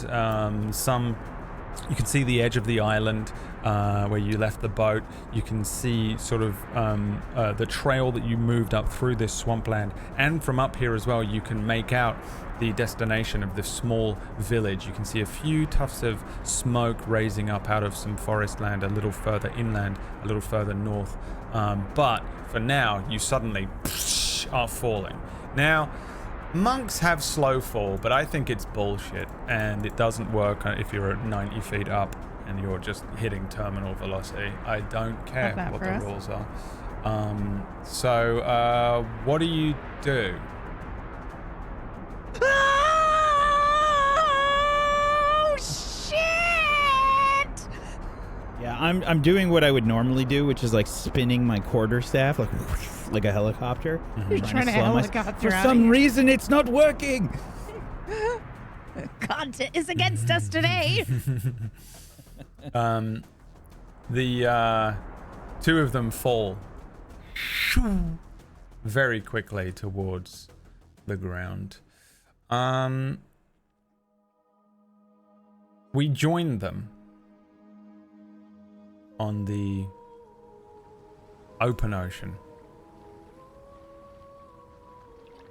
The 2 of them on a small boat, but this isn't a rowboat. This is a decent-sized vessel, big enough for 2 people to sort of vaguely comfortably live on. You'd have to sleep in close quarters. It has, it's like a sloop, basically. It's a very small-looking thing, a sailing rig, large sails above it. on a clear day, My and favorite.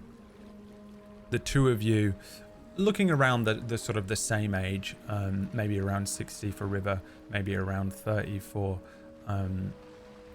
Caspian. As Caspian, you kind of lock the wheel in place, and River, you secure a piece of rigging. We look at the two of them out on this just expanse of ocean, nothing but ocean around them on this perfectly clear day. And this is when you need the answer. When River and Caspian undertook the bonding all those years ago,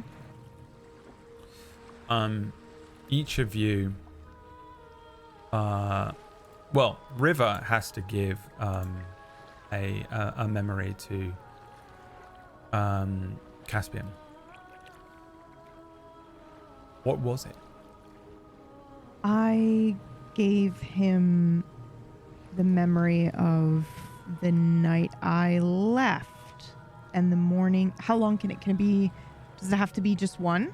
Or can I It's one. give him a span of 12 hours? Okay. It's you pass over a piece of yourself. The way this magic works is that it is a memory. So it's an event. It can be an event, yeah. But it's whatever you think it is, really. So there's no hard rules to this. Can I tell chat after the bonding? And that, because that's the reason why I'm choosing this, or do you want to hold off on wait for that, the line after? You can say whatever you want at this point. Okay. Then I give you the memory of the feeling I had the night that I got the courage to leave my home, and how terrifying it was, and how scared I was, and then the feeling the next morning, the first morning when I'm no longer in that house anymore, no longer at that farm, of just like being able to breathe fully and feeling relief and excitement, and like the whole world is open to me now and I can go anywhere or do anything, and that's not going to be enough.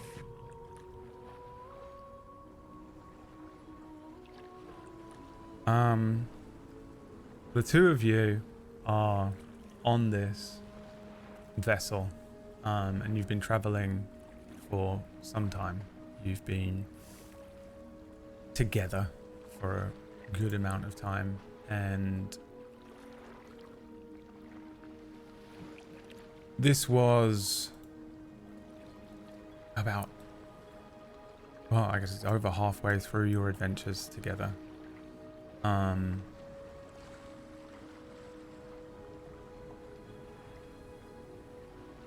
We see them both sitting on top of the roof of the little covered area on this vessel. Both of them eating some simple Nemaskaran rations that have been provided and dried, probably salted fish or some other pescatarian food, I don't know. What are they talking about? What are they saying to one another? How long have we been at sea? Okay. I'll tell you. 19 days. No, wait, hold on. 33 days. At sea or No adventuring? way. No way. Did you just roll that? That's so freaky. Adventuring. I mean, you've been away from the island for 33 days. You would venture out and come back. Yeah. I think we're talking about, or at least I mention, it's much easier for me to sleep with the rocking of the waves than on land anymore. I find it calming as well, but sunburn is getting brutal. Use that stuff I gave you. It does work. It really works. I mean, I wouldn't know. My skin's fine, but You look at me and I'm just covered in you're like- sunburn. Like, there's- I'm infernal, Well, so I'm clearly like not. totally fine. Well, have you been using clearly it? not. I haven't felt my nipples in at least a week. Well, have you been using it or not? Yes, Well, then throw it overboard. Shit. I already did.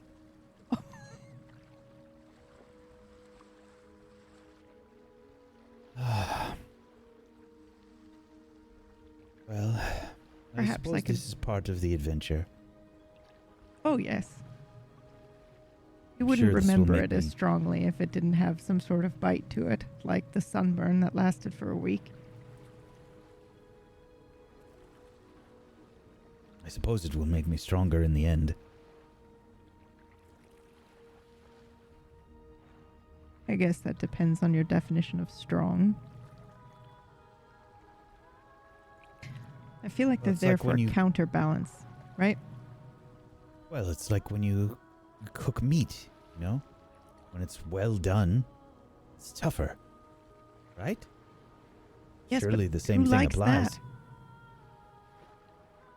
Well, Don't you- how old are we at this point, you said? I'm in my I'm like- 30s? You're like Okay. Yeah, 30. River would be 60 something. 62, 61, 62.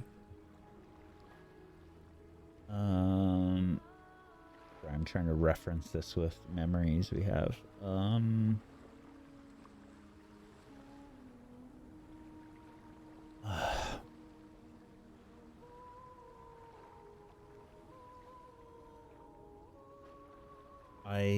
I say, look, I don't think we agree always on the same things, but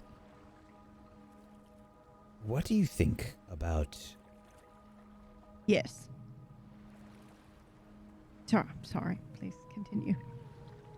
No, What do I think about what? you can read my mind, apparently. What do you think I was going to say? What do I think about rare steak? Meat? Versus well done? What do I like on it? Because I'll tell you, that spice that we had at that one island, what was it?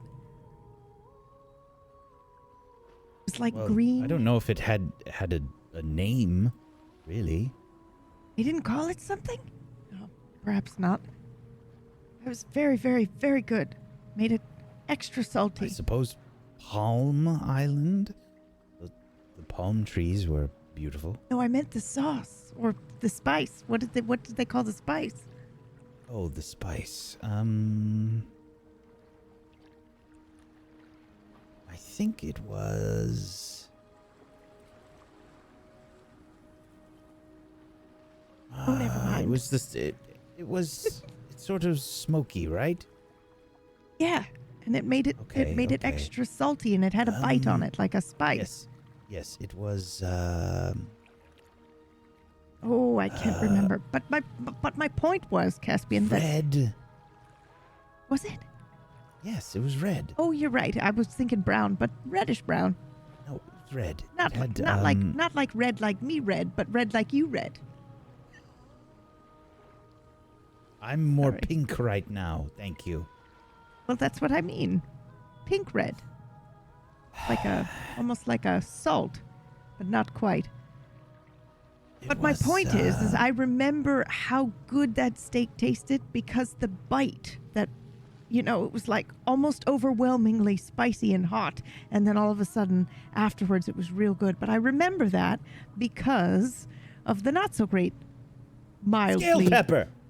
Scale pepper. That's what it was. And it was Perry Island, close to Palm. Well, I never said I had a good memory. We remember easier when we have a stronger emotion to attach to it. Good or bad, I suppose. Didn't you say that Meridia liked well done steaks? Oh, yes. Charred. Like almost too much. Can you really have too much steak? No, but you can have it so charred you're eating charcoal and not meat. I'm She so likes the hungry at taste this point. Charcoal. Yeah, I Might think we even should need some maybe charcoal. change the. Could we change the topic? Let's stop talking about I food. don't know. Yeah, I don't know how we got here. What we could talk about is how much that cloud looks exactly like that monkey's face that we saw. Caspian stands on the beach, looking outward to the ocean, and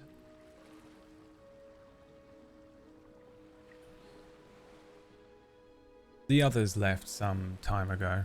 The sun is setting, the beach growing colder, and there he stands, alone. He watched, sightless, as her funeral barge drifted out into the ocean to return her to the sea, to the Leviathan, so that her spirit might protect the islands and the lost and the gone. Tears were not enough. His screams were not enough. The sobs and strikes were not enough. Now he stands with hollow legs and cold fingers. Wrapped within those fingers is the amulet he knows he must bring to her family. He can feel her ghost, her echo, her memory within him, never fully gone, but not enough of her remains, while a part of River remains within him, a part of himself is forever gone with her. Caspian turns back, the village torchlights beginning to light behind him, sparkles that blur through tears again.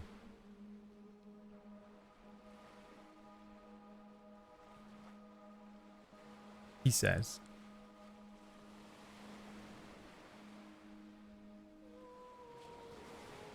And I'm sorry, I'm speaking to someone? yourself on the beach. Okay.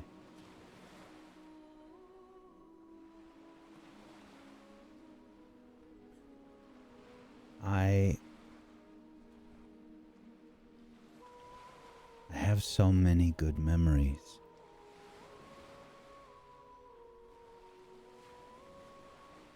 I am thankful that I can share them. Bad ones too. But they all make us who we are. It's difficult for most people to understand this, myself included, when I was younger. Most of the time, the bad memories, they overwhelm us in the moment, but they help us to grow much more in most cases.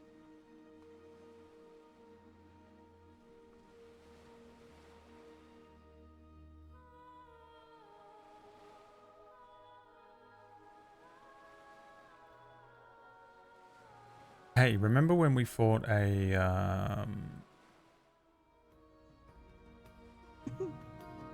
another chat vote for you? I didn't even realize that was another one that you put in the chat. What you did was way better. Amazing. What you did was So So good. sorry. No, it was amazing. That was what I was originally going to get you guys to do, by the way. Well, remember when we fought and the options are Flying elephant. Oh, okay. Sorry. Chain I'm so Devil, Hezru, which is like a I'm demon sorry, a what? thing. Sorry, say that again. Chain Devil, a Hezru, a Hydra, a Hezru? Shield Guardian, or Definitely the devil. a Dragon. A dragon? Obviously not, because I have no spell slots or health. Chet, don't pick that one. As cool as that would be, don't do that. Don't do that.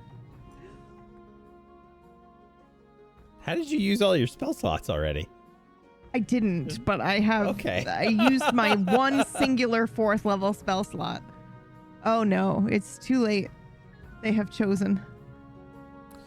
Oh boy. Yeah, my original plan for these, Yes! for those, for the space in between parts here, was that I was just going to make you ad lib it anyway. But I was like, oh, I'm not going to make them do that on a Friday night, so I'll just give them some pre-prepared things and then whack it anyway. I didn't see it. I was like, I thought that was the other one, and I didn't see the one that was up there. No, you're good. You're good. It was very good. My original thought was that like he hits a quote there because they're monks, right? And what do you think of when you think of monks? They're all coming up with just fucking cool little philosophical lines. Like these are two Proverbs. legitimate. Yeah, these are the proverb makers of this fucking whole setting, I think. Like you probably hear these fucking proverbs being popped off around the world, and it's probably some bullshit that River or Caspian or Meridia said or something like that. So that was kind of my initial thing, but yeah, what you did was good, so don't worry. That was fun. What are we fighting? A dragon. All right, well, I guess I'll let you pick the color as well. Why not? The options Don't let me are down, chat.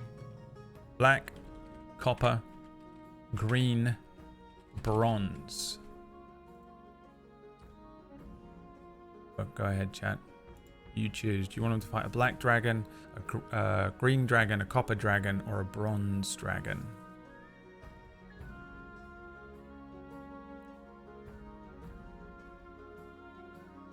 Thank you so much for all the tips and everything thus far tonight. By the way, everybody, we appreciate it. Helps keep the lights on here in Tablestory. Thank you, thank you.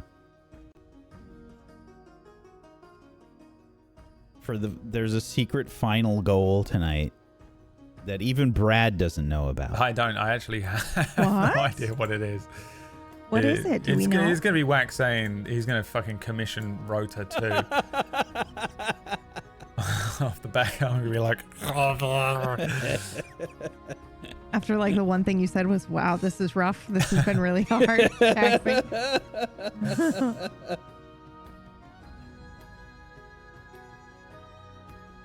Okay, a green dragon. Remember when you fought it at... Just fail. Sorry. Green But a desert. is poison or acid? I feel like The black Oasis was acid. Bazaar, the This is Mountaintop Altar. Mountaintop altar, chat. Let's go. No, don't do that.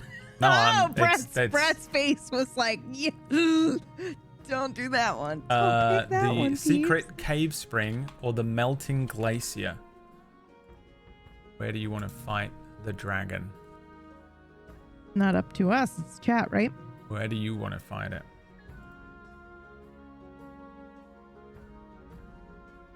I feel like a mountaintop sounds very dragon, to be honest. It might be the best map. I was trying so hard not to sway these votes in some way. I was literally just going to be like, the ground. Not for green. You like, don't know the dragons like in this area setting, over Rollo. here. Maybe some sort of glacier or something, and then also the mountain. Tell me what to do. Ooh-hoo-hoo-hoo.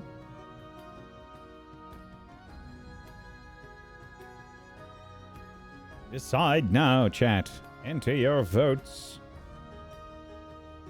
And remember, if we get to the final goal... Wow, Brad, they are amazing. They picked a green dragon because my armor comes from green dragon scales. Actually, there is canon answers that I secreted in there to see if chat would do this. That's amazing. Well, this is canon, but there was Yeah. like reflective canon to the show. We're gonna have a very interesting episode of Non-Effort next week, probably. Thank you for the $20, Anonymous. Rota 2. Fuck! God damn it! Don't bind me to another promise.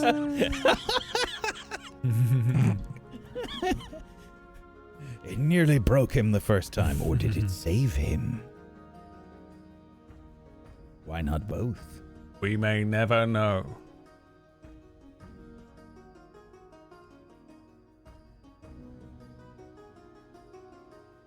The mountaintop altar. Okay. Yes! Show us this map. Okay. You got it. Here we go. As we come to the mountaintop altar.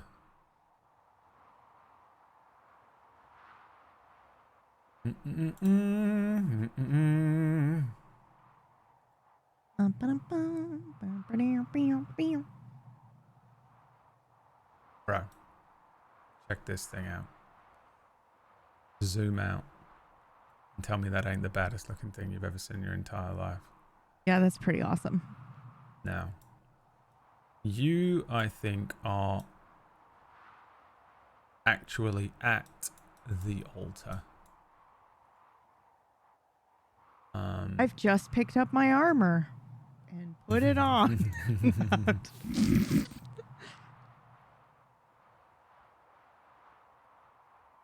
And we have a green dragon that needs to appear here.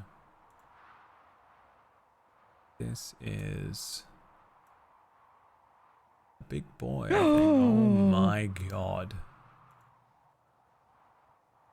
I do love getting to use everything that this has to offer.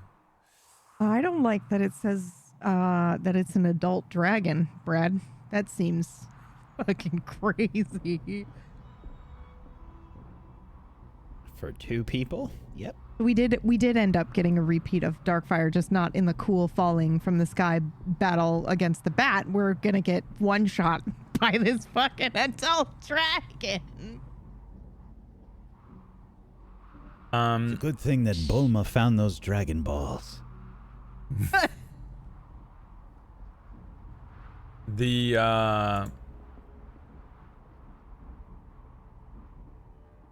This dragon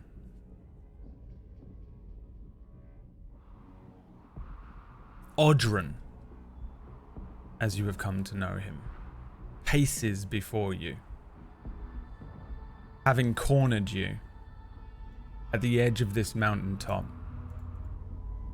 pacing, the bizarre twitch of this dragon's head as it almost reacts, almost like you might see a dog react to like a wasp or a bee, just twisting its head and then snapping its jaws at nothing, twitching one of its eyes and then fixing the other one on you, never taking it off of either of you.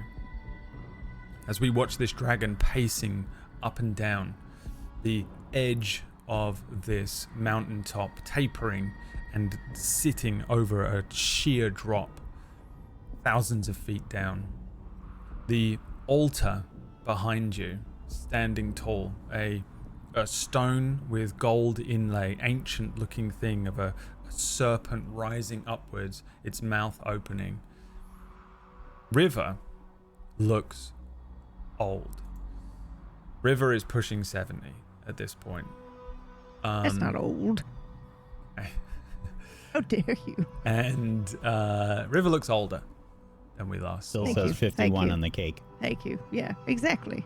I've been 51 for 40 years. Caspian would be late 30s. Yeah.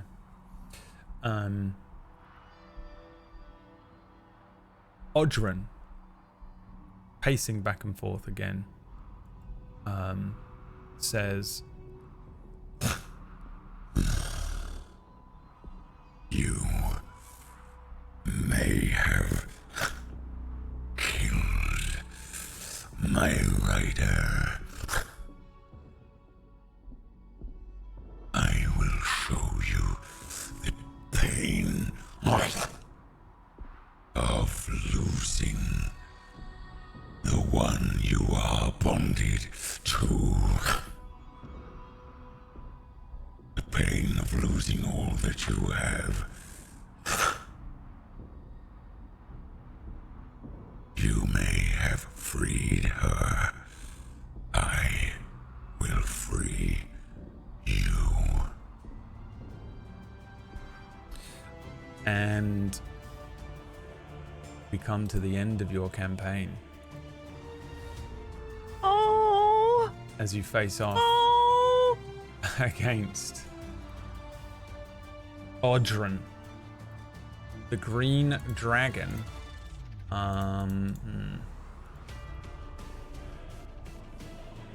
Please roll some initiative. What in the Final Fantasy is this song?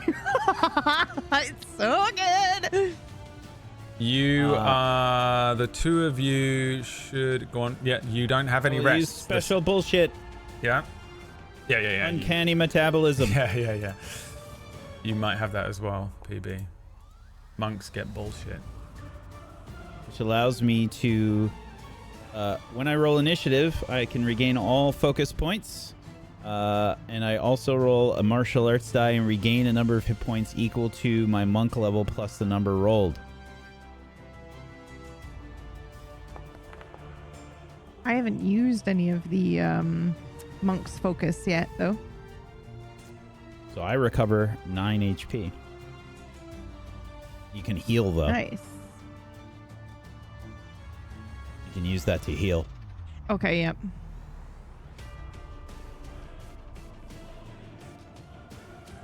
There's a healing button there. Nice. 12. Okay. Don't forget to roll your initiative as well. How about doubles? 22 from the dragon, 22 from Caspian. Uh-oh. It's faster than me. Motherfucker. The dragon goes first. Oh my god. Let's see what it can do. I have no idea. Alright, I think there's only one way to open up this combat. It opens its mouth as it finishes Vision. speaking. It What? twitches its head awkwardly to one side, its eye rolling madly, and it opens its mouth as a torrent of poisonous breath is launched towards the two of you. Let's see how this works. Yes. Shit. Both of you can make me Constitution saves.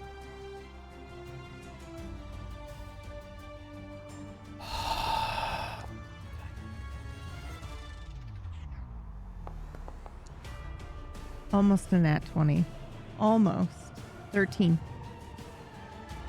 I will probably use some special bullshit because I really don't want to get hit by this. I'm gonna use my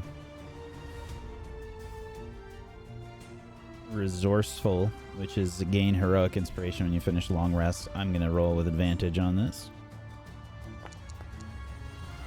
Do I have that also?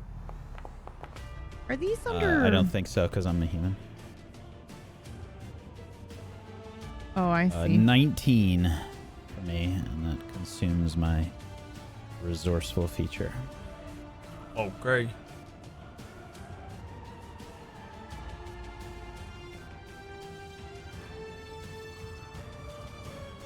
Wow.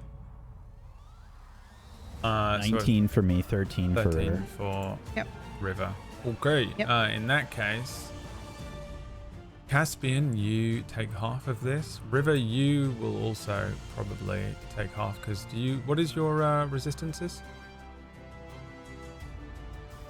Poison. And fire. Poison and fire. Here we go. Comes the damage. 43 damage, which I think I can just apply to you both. Hopefully, no. I it don't won't- think it you can won't. apply it to me. You I can have apply to it do to manual. River. So See I what take happens. 21. No, maybe not. You take any damage there, River? No, it doesn't look like I did. All right. You also take 21, so you just knock off 21 damage here. Its mouth opens and an unbelievable torrent of boiling hot poisonous breath is unleashed. It pushes against you up here, the cold of the mountaintop mixing with the hot breath of this creature, and the poison seeping into your skin, in through your eyes, nose, making your eyes water, gives you that sensation of jumping into a swimming pool and the water rushing up and hitting your brain. It is hard to stand against it as this poisonous breath rushes over you. You will pay. And the creature takes flight, jumping off of the edge of this mountain's edge and flying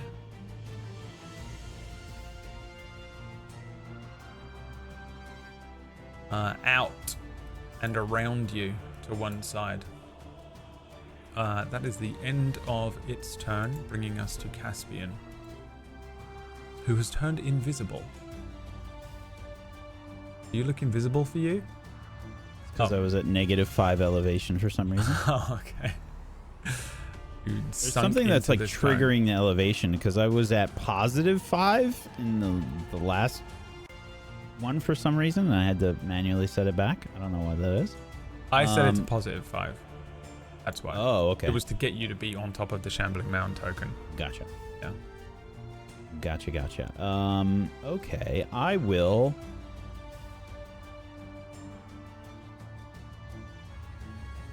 How far is it, up or down in elevation right now? Is it equal with the platform? Yeah, you're well, let's find out. How tall is Mount Everest in feet? 29,000 feet. I'd say you're about halfway up that, so you're about 15,000 feet up. I just meant the dragon. Like, is it equal with us, or is it up above or down below? It's probably about 10 feet up above where you are, because he's done the thing where they leap off the edge and then it came back up briefly. So yeah, it's probably about 10 feet up from where you are.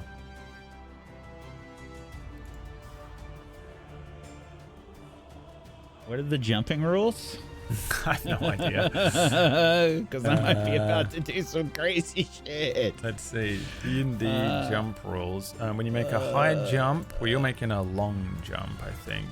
You can jump horizontally a distance equal to your strength score, provided you move at least 10 feet immediately before the jump. And a high jump, you can jump 10 feet up. 3 plus your strength modifier, requiring a 10-foot run-up. Yeah, I think it's too far for me to jump, because I was about to do some crazy shit. Okay. It's kind of far away. I can't really jump up there. I say, we need to bring it down! Whatever we can do!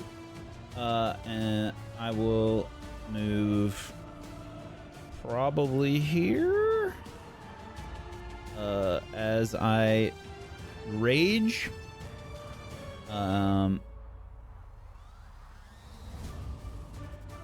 Where's that button? Features. There it is. As a bonus action, and then I will fire a guiding bolt myself at this creature with my action. And how am I casting guiding bolt? What is this from? You got it from like a magic initiate type thing. It's one of those things. I think. Right. Me, I taught you. I taught mean, you. yeah, Oh, in you character remember. for sure. I just you don't know were how taught many it. times I can cast it, because it says innate spellcasting. But regardless, I'm going to do that. Yep. Okay. So yeah, you see me begin to make some hand gestures, Smash and then I will. I think I like make a bunch of hand gestures, and then I reach up and make a fist, and then sort of like slam it down, and you hear me say in Draconic,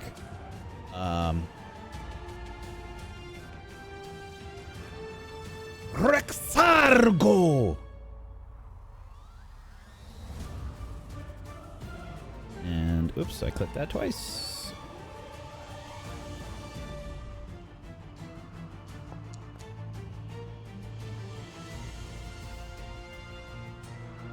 Big 21 to hit. 21 hits.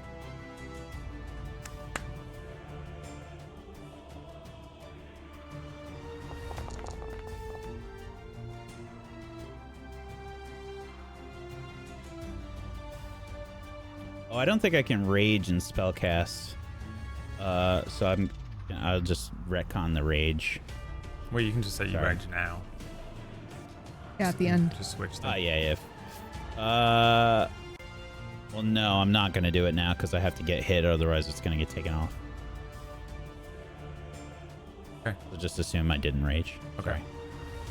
Sorry. Yeah, okay. this guiding bolt goes off. 18 damage. Yeah. And Hits the dragon. Gets that guiding bolt effect of next attack gets advantage against it. And I think that's it for my turn. Okay. River. Okay. Your turn. I raise my hand.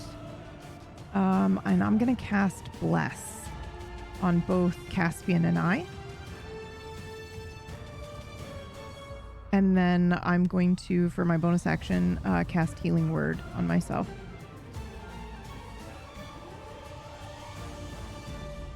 Now, will it let me do...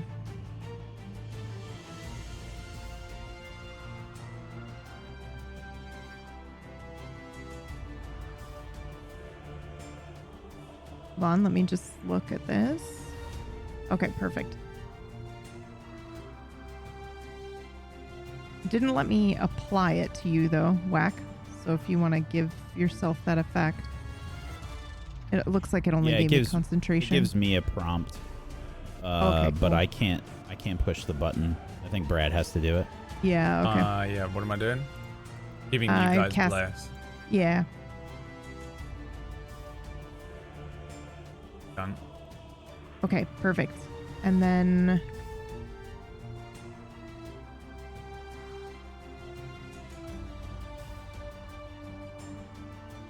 So it uses two Casting. spell slots to do the both of us, I think. Oh no, it's up to No, 3 creatures. it's up to 3, yeah. Okay, and then I take 11 back with my bonus action. And then I'm going to move and hop down here. So this is 2 first level spells. And apparently, and this is obviously up to Brad, but You can do can't whatever do you that want. anymore. You can do whatever you want. This is the final battle of your entire campaign. Yeah. Okay. Even if it specifically says bonus action for it? Yeah. I thought Yeah. that meant It's the- bonus action. it's You It can has still to do be a it. cantrip. Oh. Can't use 2 spell slots with 2 different spells. Oh, all right then. Yeah. Do you want me to remove that, Brad? No. You can do it Okay. for this fight. The dragon, That feels crippling for a spellcaster.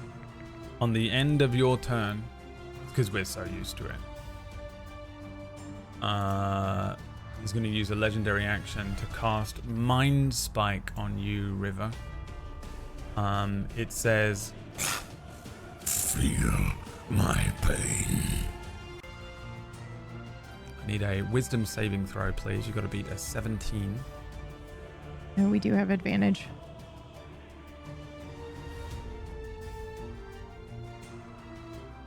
Wait, why do you have advantage?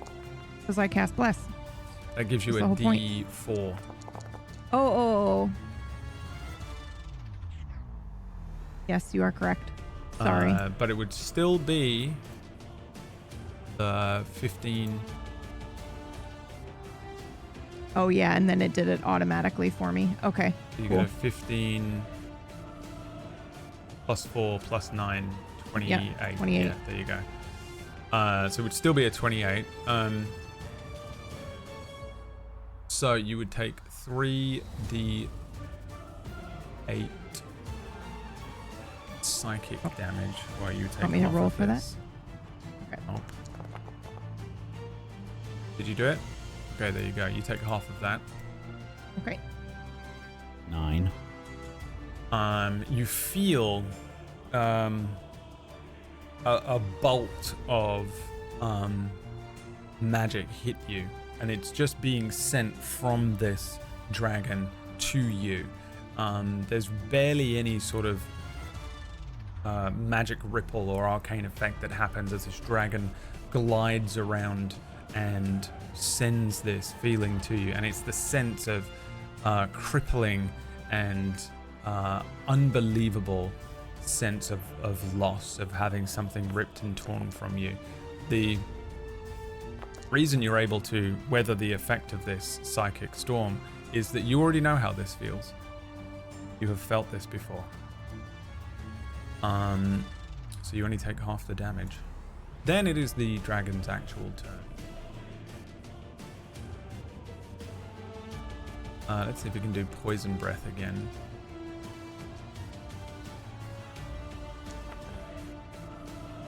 Nope. What else can it do? Dragons can do a lot of cool stuff.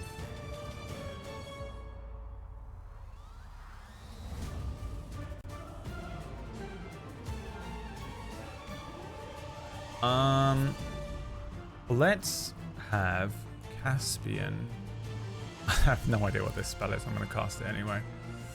Cast spell. Gias. Is that what that says? You did Mind Spike already. It's its turn.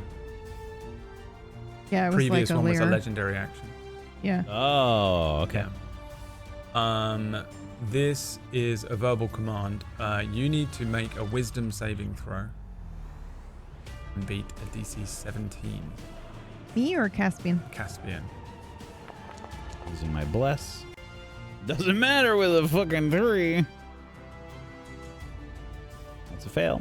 A fail. You have any other bullshit? I don't think so. Okay. Give a verbal command to the creature you can see within range. You become charmed for the duration. Oof. Let me just.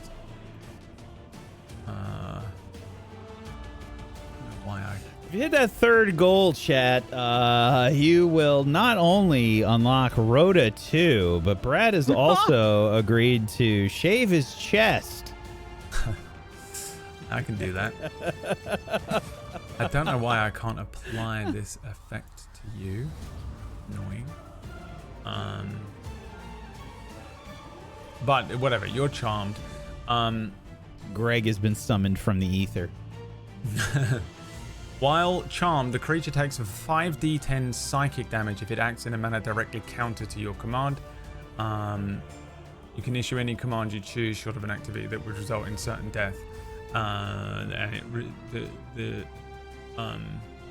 spell ends with the remove curse, greater restoration, or whatever. I see your message, Shadow, from your tip earlier. Thank you so much for the tips, everybody. Shadow, when Shadow tipped earlier, he wrote ZBO2, let's go. The dragon says,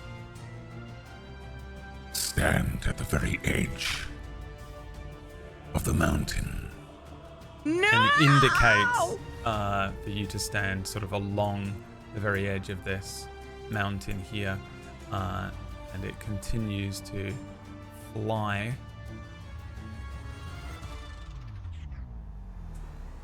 Hang on, I gotta tell it it's flying.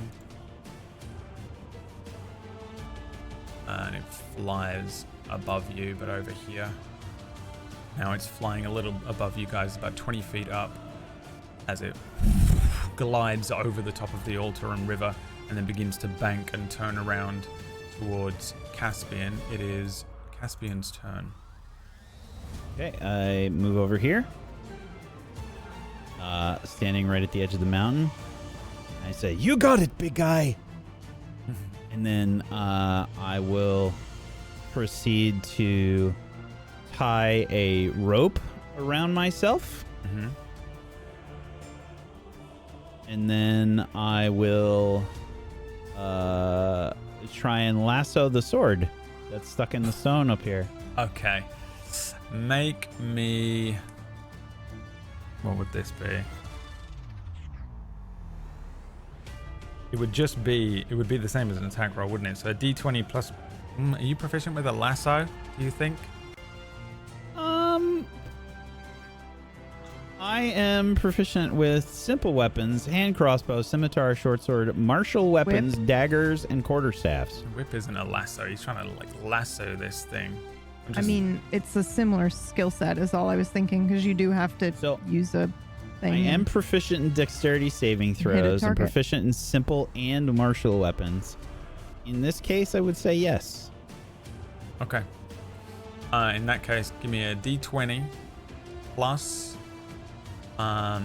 proficiency plus your dex modifier, but then take 5 off of it because there is so much wind up here. Yep. Okay. Makes total sense. Rather than give you disadvantage. 15. 15. I think that just about loops this. It's not pretty, but you lasso quickly and loop it over the top of this ancient looking serpent statue, this gold trim. Yeah. Okay. That would be your action. That's probably your entire turn, to be fair. You did a lot. Wow, it's really windy up here. Very much is. River, it's your turn. Okay.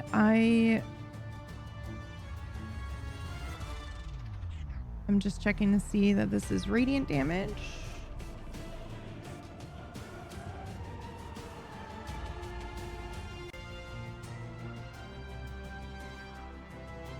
Well, actually, you know what? Okay. I'm going to use my wholeness of body because I still had a bonus action. Okay.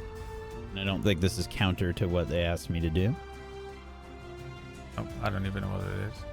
Oh, you heal yourself? I heal myself as a bonus action. I can roll my martial arts die and regain a number of hit points equal to the number. So I'm just meditating on the edge of this mountain.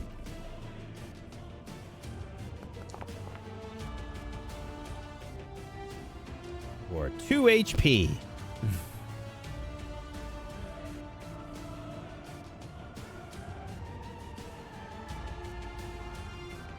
Sorry, that was it. Yep. River, your turn. Will you let me cast my spirit guardian on the dragon's back like he was a rider? Say no. I feel like that No. isn't how it works. I think it's just like It's a not. thing It's supposed you to- put yeah. in there. It's like a Yeah. hologram that you place. Yeah. So And actually, in 2024, it's next to you, so I can't just Alright. place it anywhere. So I will, yeah, I will maybe do that. Hold on, actually. No, I think I'm gonna do guiding bolt, but I'll bump it up, maybe. So it's flying, or has it landed here in front of me? no, it's flying. Okay, is that going to give me disadvantage? Or To do what, sorry? to attack it with a long range spell? Oh. Okay, awesome. Fuck yeah, I will guiding bolts.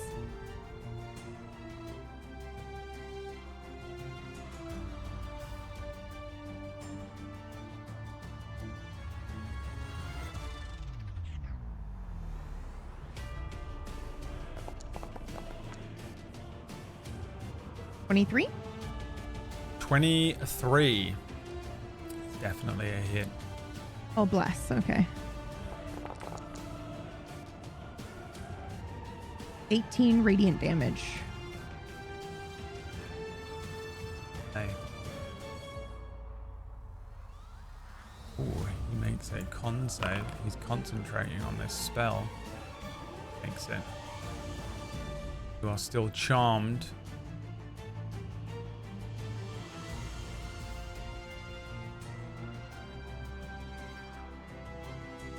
Okay, sorry, 1 second. Did you make that with advantage, River? When you, I did never not. mind. You hit. You hit. Yeah, I did hit. I mean, you might. I mean, you it might could be get a crit. Yeah.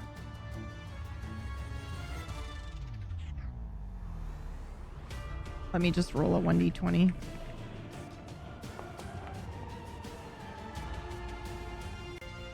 No. Okay. But I'm wondering though, your next attack roll made against it has advantage. Okay, cool. But did it roll?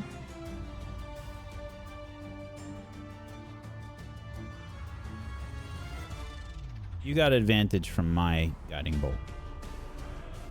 Yeah, I'm just wondering. That's what I was I telling you. see. Okay, yeah, because I rolled at a higher, so it was the 66. Okay.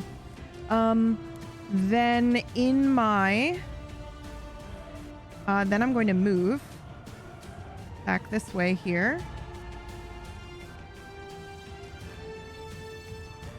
And that's it for my turn. Okay. The dragon curls around, begins to turn, and then looks towards you, Caspian. As it's flying towards you, it says, I will not harm you. Come with me. and it flies in, opens its arms, and attempts to sort of just scoop you up, like pick you up like a little baby. Will you allow this to happen? Yeah. Picked up. The huge claws of this dragon grab Caspian and take off. Still with attached to the Caspian. sword. Yeah. I'm going to roll an athletics check for this dragon here. And I'm going to give it advantage because that is an old fucking monument that's been sat there for a while that I don't think this dragon is really Pretty going to sure I become the king of England if this gets pulled comes out. out. Yeah. That's how it works. 4 dice coming in. 23. The monument, this kind of strange serpent-shaped thing, is torn free. The rope still attached to it, and attached to Caspian as he's lifted up, and the dragon flies away. The dragon, as it flies, turns its head towards you, River, and says, Now you will know pain.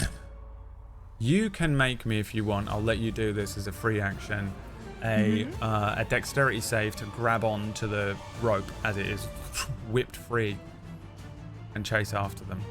Yes, please. Okay, make me a dex save.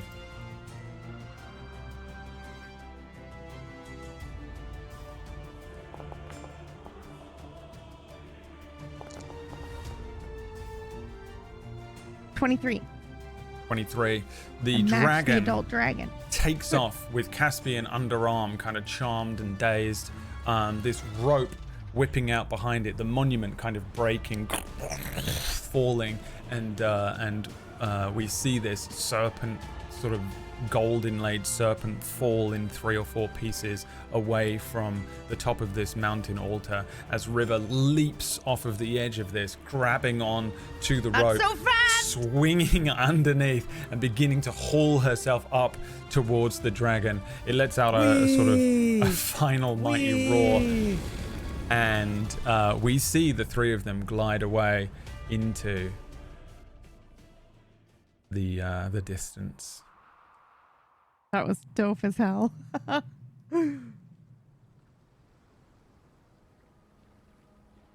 I'm gonna send you another thing here.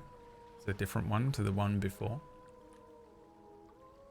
Just so you One I can ignore. Just so you're aware. Yes, red is you, PB. Even though you will see in a moment why that might be confusing.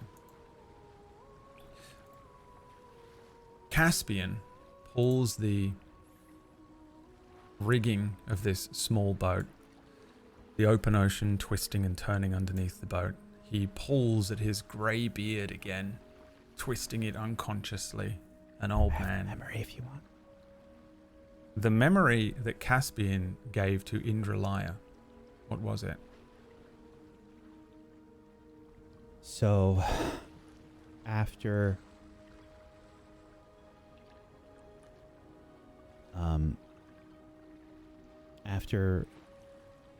River met her wife, and I'm sorry, I'm looking for the name and I can't find it. Murgles. Murgles. Naya? River's wife? Oh no, that was my wife. Where's the rivers? Oh, Kalayana. Kalayana.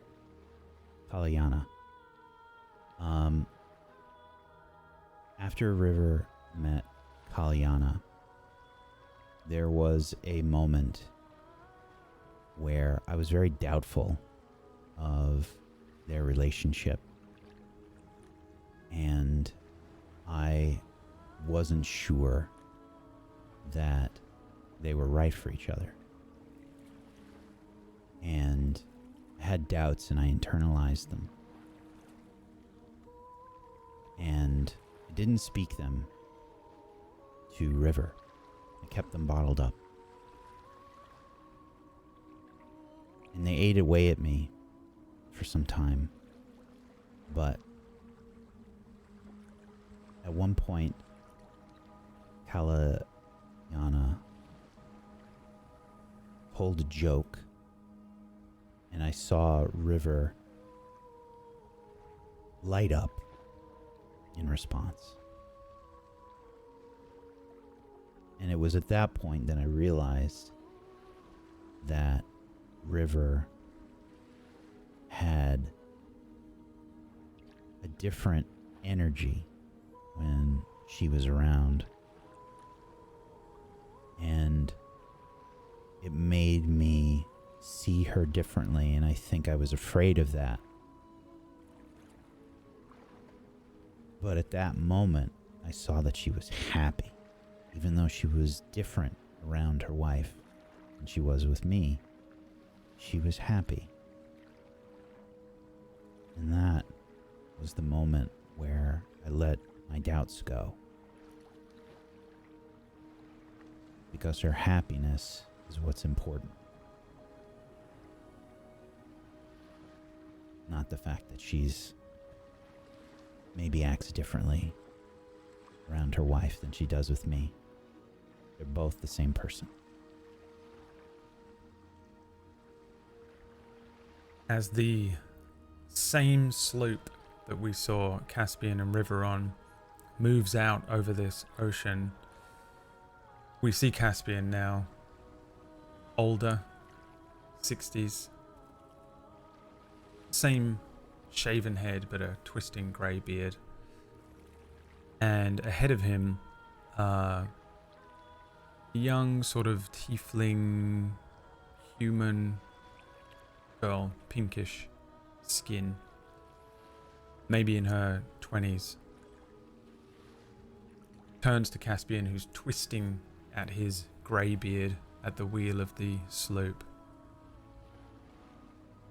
You know you do that twisting thing when you're worried, right? What on earth could I be worried about, Indralaya? I was born on the ocean, and I've been sailing for over 60 summers. Uh-huh. And where exactly are we? Well, as your mother always used to say, a mapped path is a journey, not an adventure. And that is where we end the campaign for Unknown. Thank you so much for playing, players, and thank you so much for watching, or viewers, as well as supporting the show for the last 8 weeks. Unknown. Chad and I are just freaking out about that reveal, man.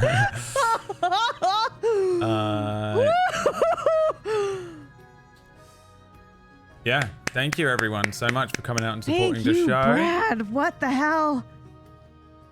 Oh, this was a tough one So good. to spam out. We did it. Wow. I hope you guys enjoyed the show. Next week we're gonna do some non-effort. We'll probably do a few episodes of that over the next following Fridays while PB gears up. She's tagging in for her second run at the Friday show slot. I'm very excited, y'all. And Not gonna be this, but it'll hopefully be fun. next, you already did this once, a long time ago. So yeah, next week I think we'll do a non-effort episode, which we can answer some of the questions, because I think people have questions that they might want answered about this show. It's not really designed necessarily to be like fully ambiguous, so you can ask me any questions about it. So you can do that in the Discord, in the unknown channel, and we'll collect them for next week, right? Submit them into not into unknown. Submit them into non-effort. Well, I guess if you submit it into unknown, we'll grab it too. Spoiler tag them, I guess. But yeah, probably. Yeah. I would say put them in non-effort, Yeah. and then also spoiler tag them. As long as you just sort of make it clear what it is, I'll grab them all. Otherwise, you can tune in next Friday and maybe pick up any of the questions, or you can just probably come and find us in our streams and ask us questions over the next few weeks about the process. But the intention for next week is that we sort of talk about unknown, and also I guess just talk about what it's like to run these kinds of shows. We've all done sort of weird, dark, mysterious mystery box stories at this point, so I think we'll sort of talk about that, I think, as well next week, as well as just, you know, talking about the process that was making this. So that's what we're going to be doing for the next couple Fridays. Thank you for supporting Unknown up to this point. And if you're wanting, if you're watching this in the future and like you're on a playlist somewhere, I'll add that non-effort as a sort of a round table essentially episode for this on YouTube and on the audio stuff as well. I don't know how to do it, but I'll figure it out. PB will tell me. That's it.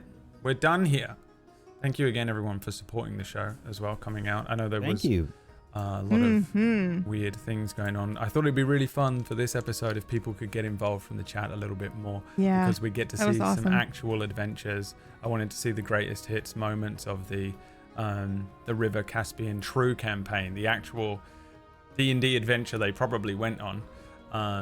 And we got to see a few flashes of those, and then you guys were able to be involved, so that was fun to do. An insane amount of effort to come up with 4 different versions of each thing, and then only use one of each one to set this up. But yeah, this was fun to run. I enjoyed this a lot. You did a fucking phenomenal job. Yeah, incredible. I emphasize this like every fucking week. It is so hard to do these shows. And Brad was like, you know what? I'm going to tell a story too. And like really, make it extremely compelling. And we're going to go ahead and we're going to make it an incredible journey. And the story is told throughout all of this. That shit is like A+++ difficulty. And you nailed it, bro. You nailed it. Yep.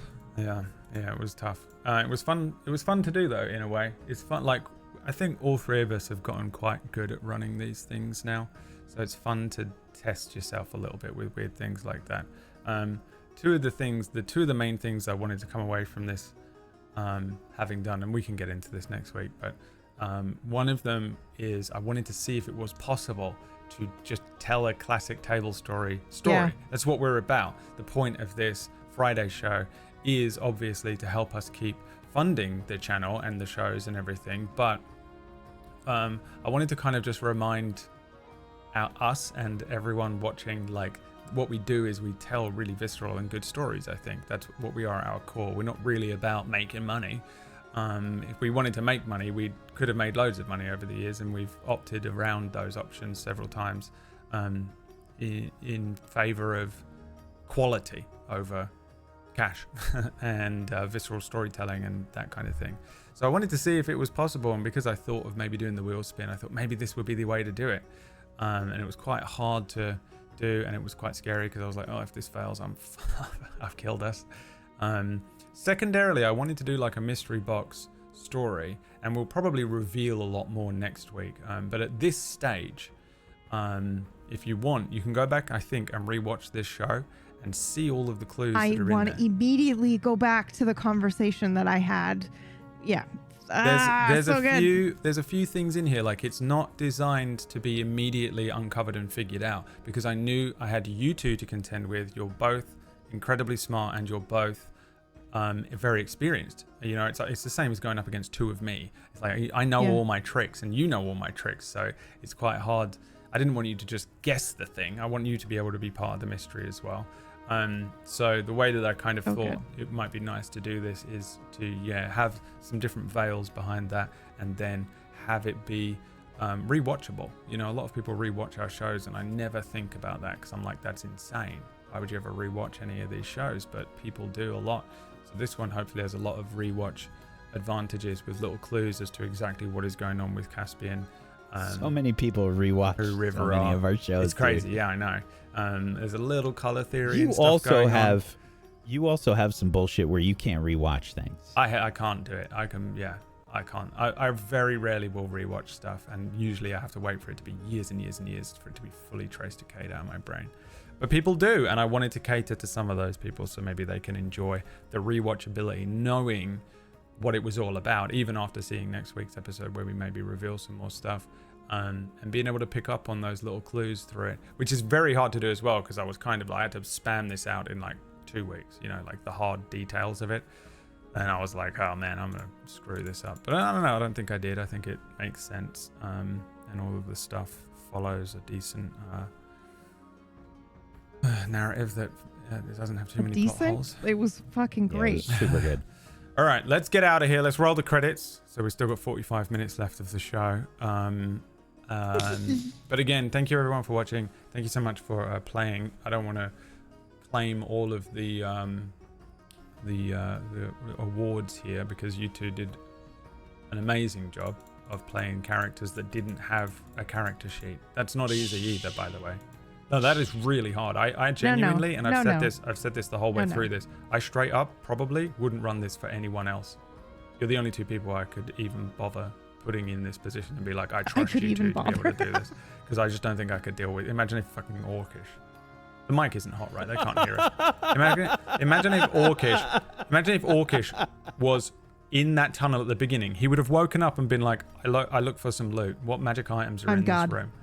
Yeah. Oh, I'm God. So because I'm God, I would like to actually fly to the end of this puzzle. No, I really trusted you two to do it, and I think if you go back and watch that first episode, to solve the puzzle. The first half an hour of the first episode is so good, and it's nothing to do with me. I just put a philosophy question in front of you two and just left you in a fucking completely pitch dark cavern, and you two just did two of the most interesting takes on people who have the ability to understand where they are and what's going on, but have no memory of themselves. It's so interesting to watch. And also when you go back and watch that with the wheel spins and stuff as well, the way that it all worked out, the fact that the first thing you pulled was Bond's PB is so unbelievable. Haunted. Unlocking Bond as River in this story is crazy. Yeah. It is for the first thing to pull. So it's super interesting. Anyway, we'll get into it next week, and we will talk about it again. Submit us some questions on the Discord. Show up next week and get involved in the chat, and we'll see you for the next one. Thanks again for watching, everyone. Thank you. We love you. Thanks for supporting the channel. Bye. We love you. Bye. We love you. Bye. Love you. Bye. Love you. Bye.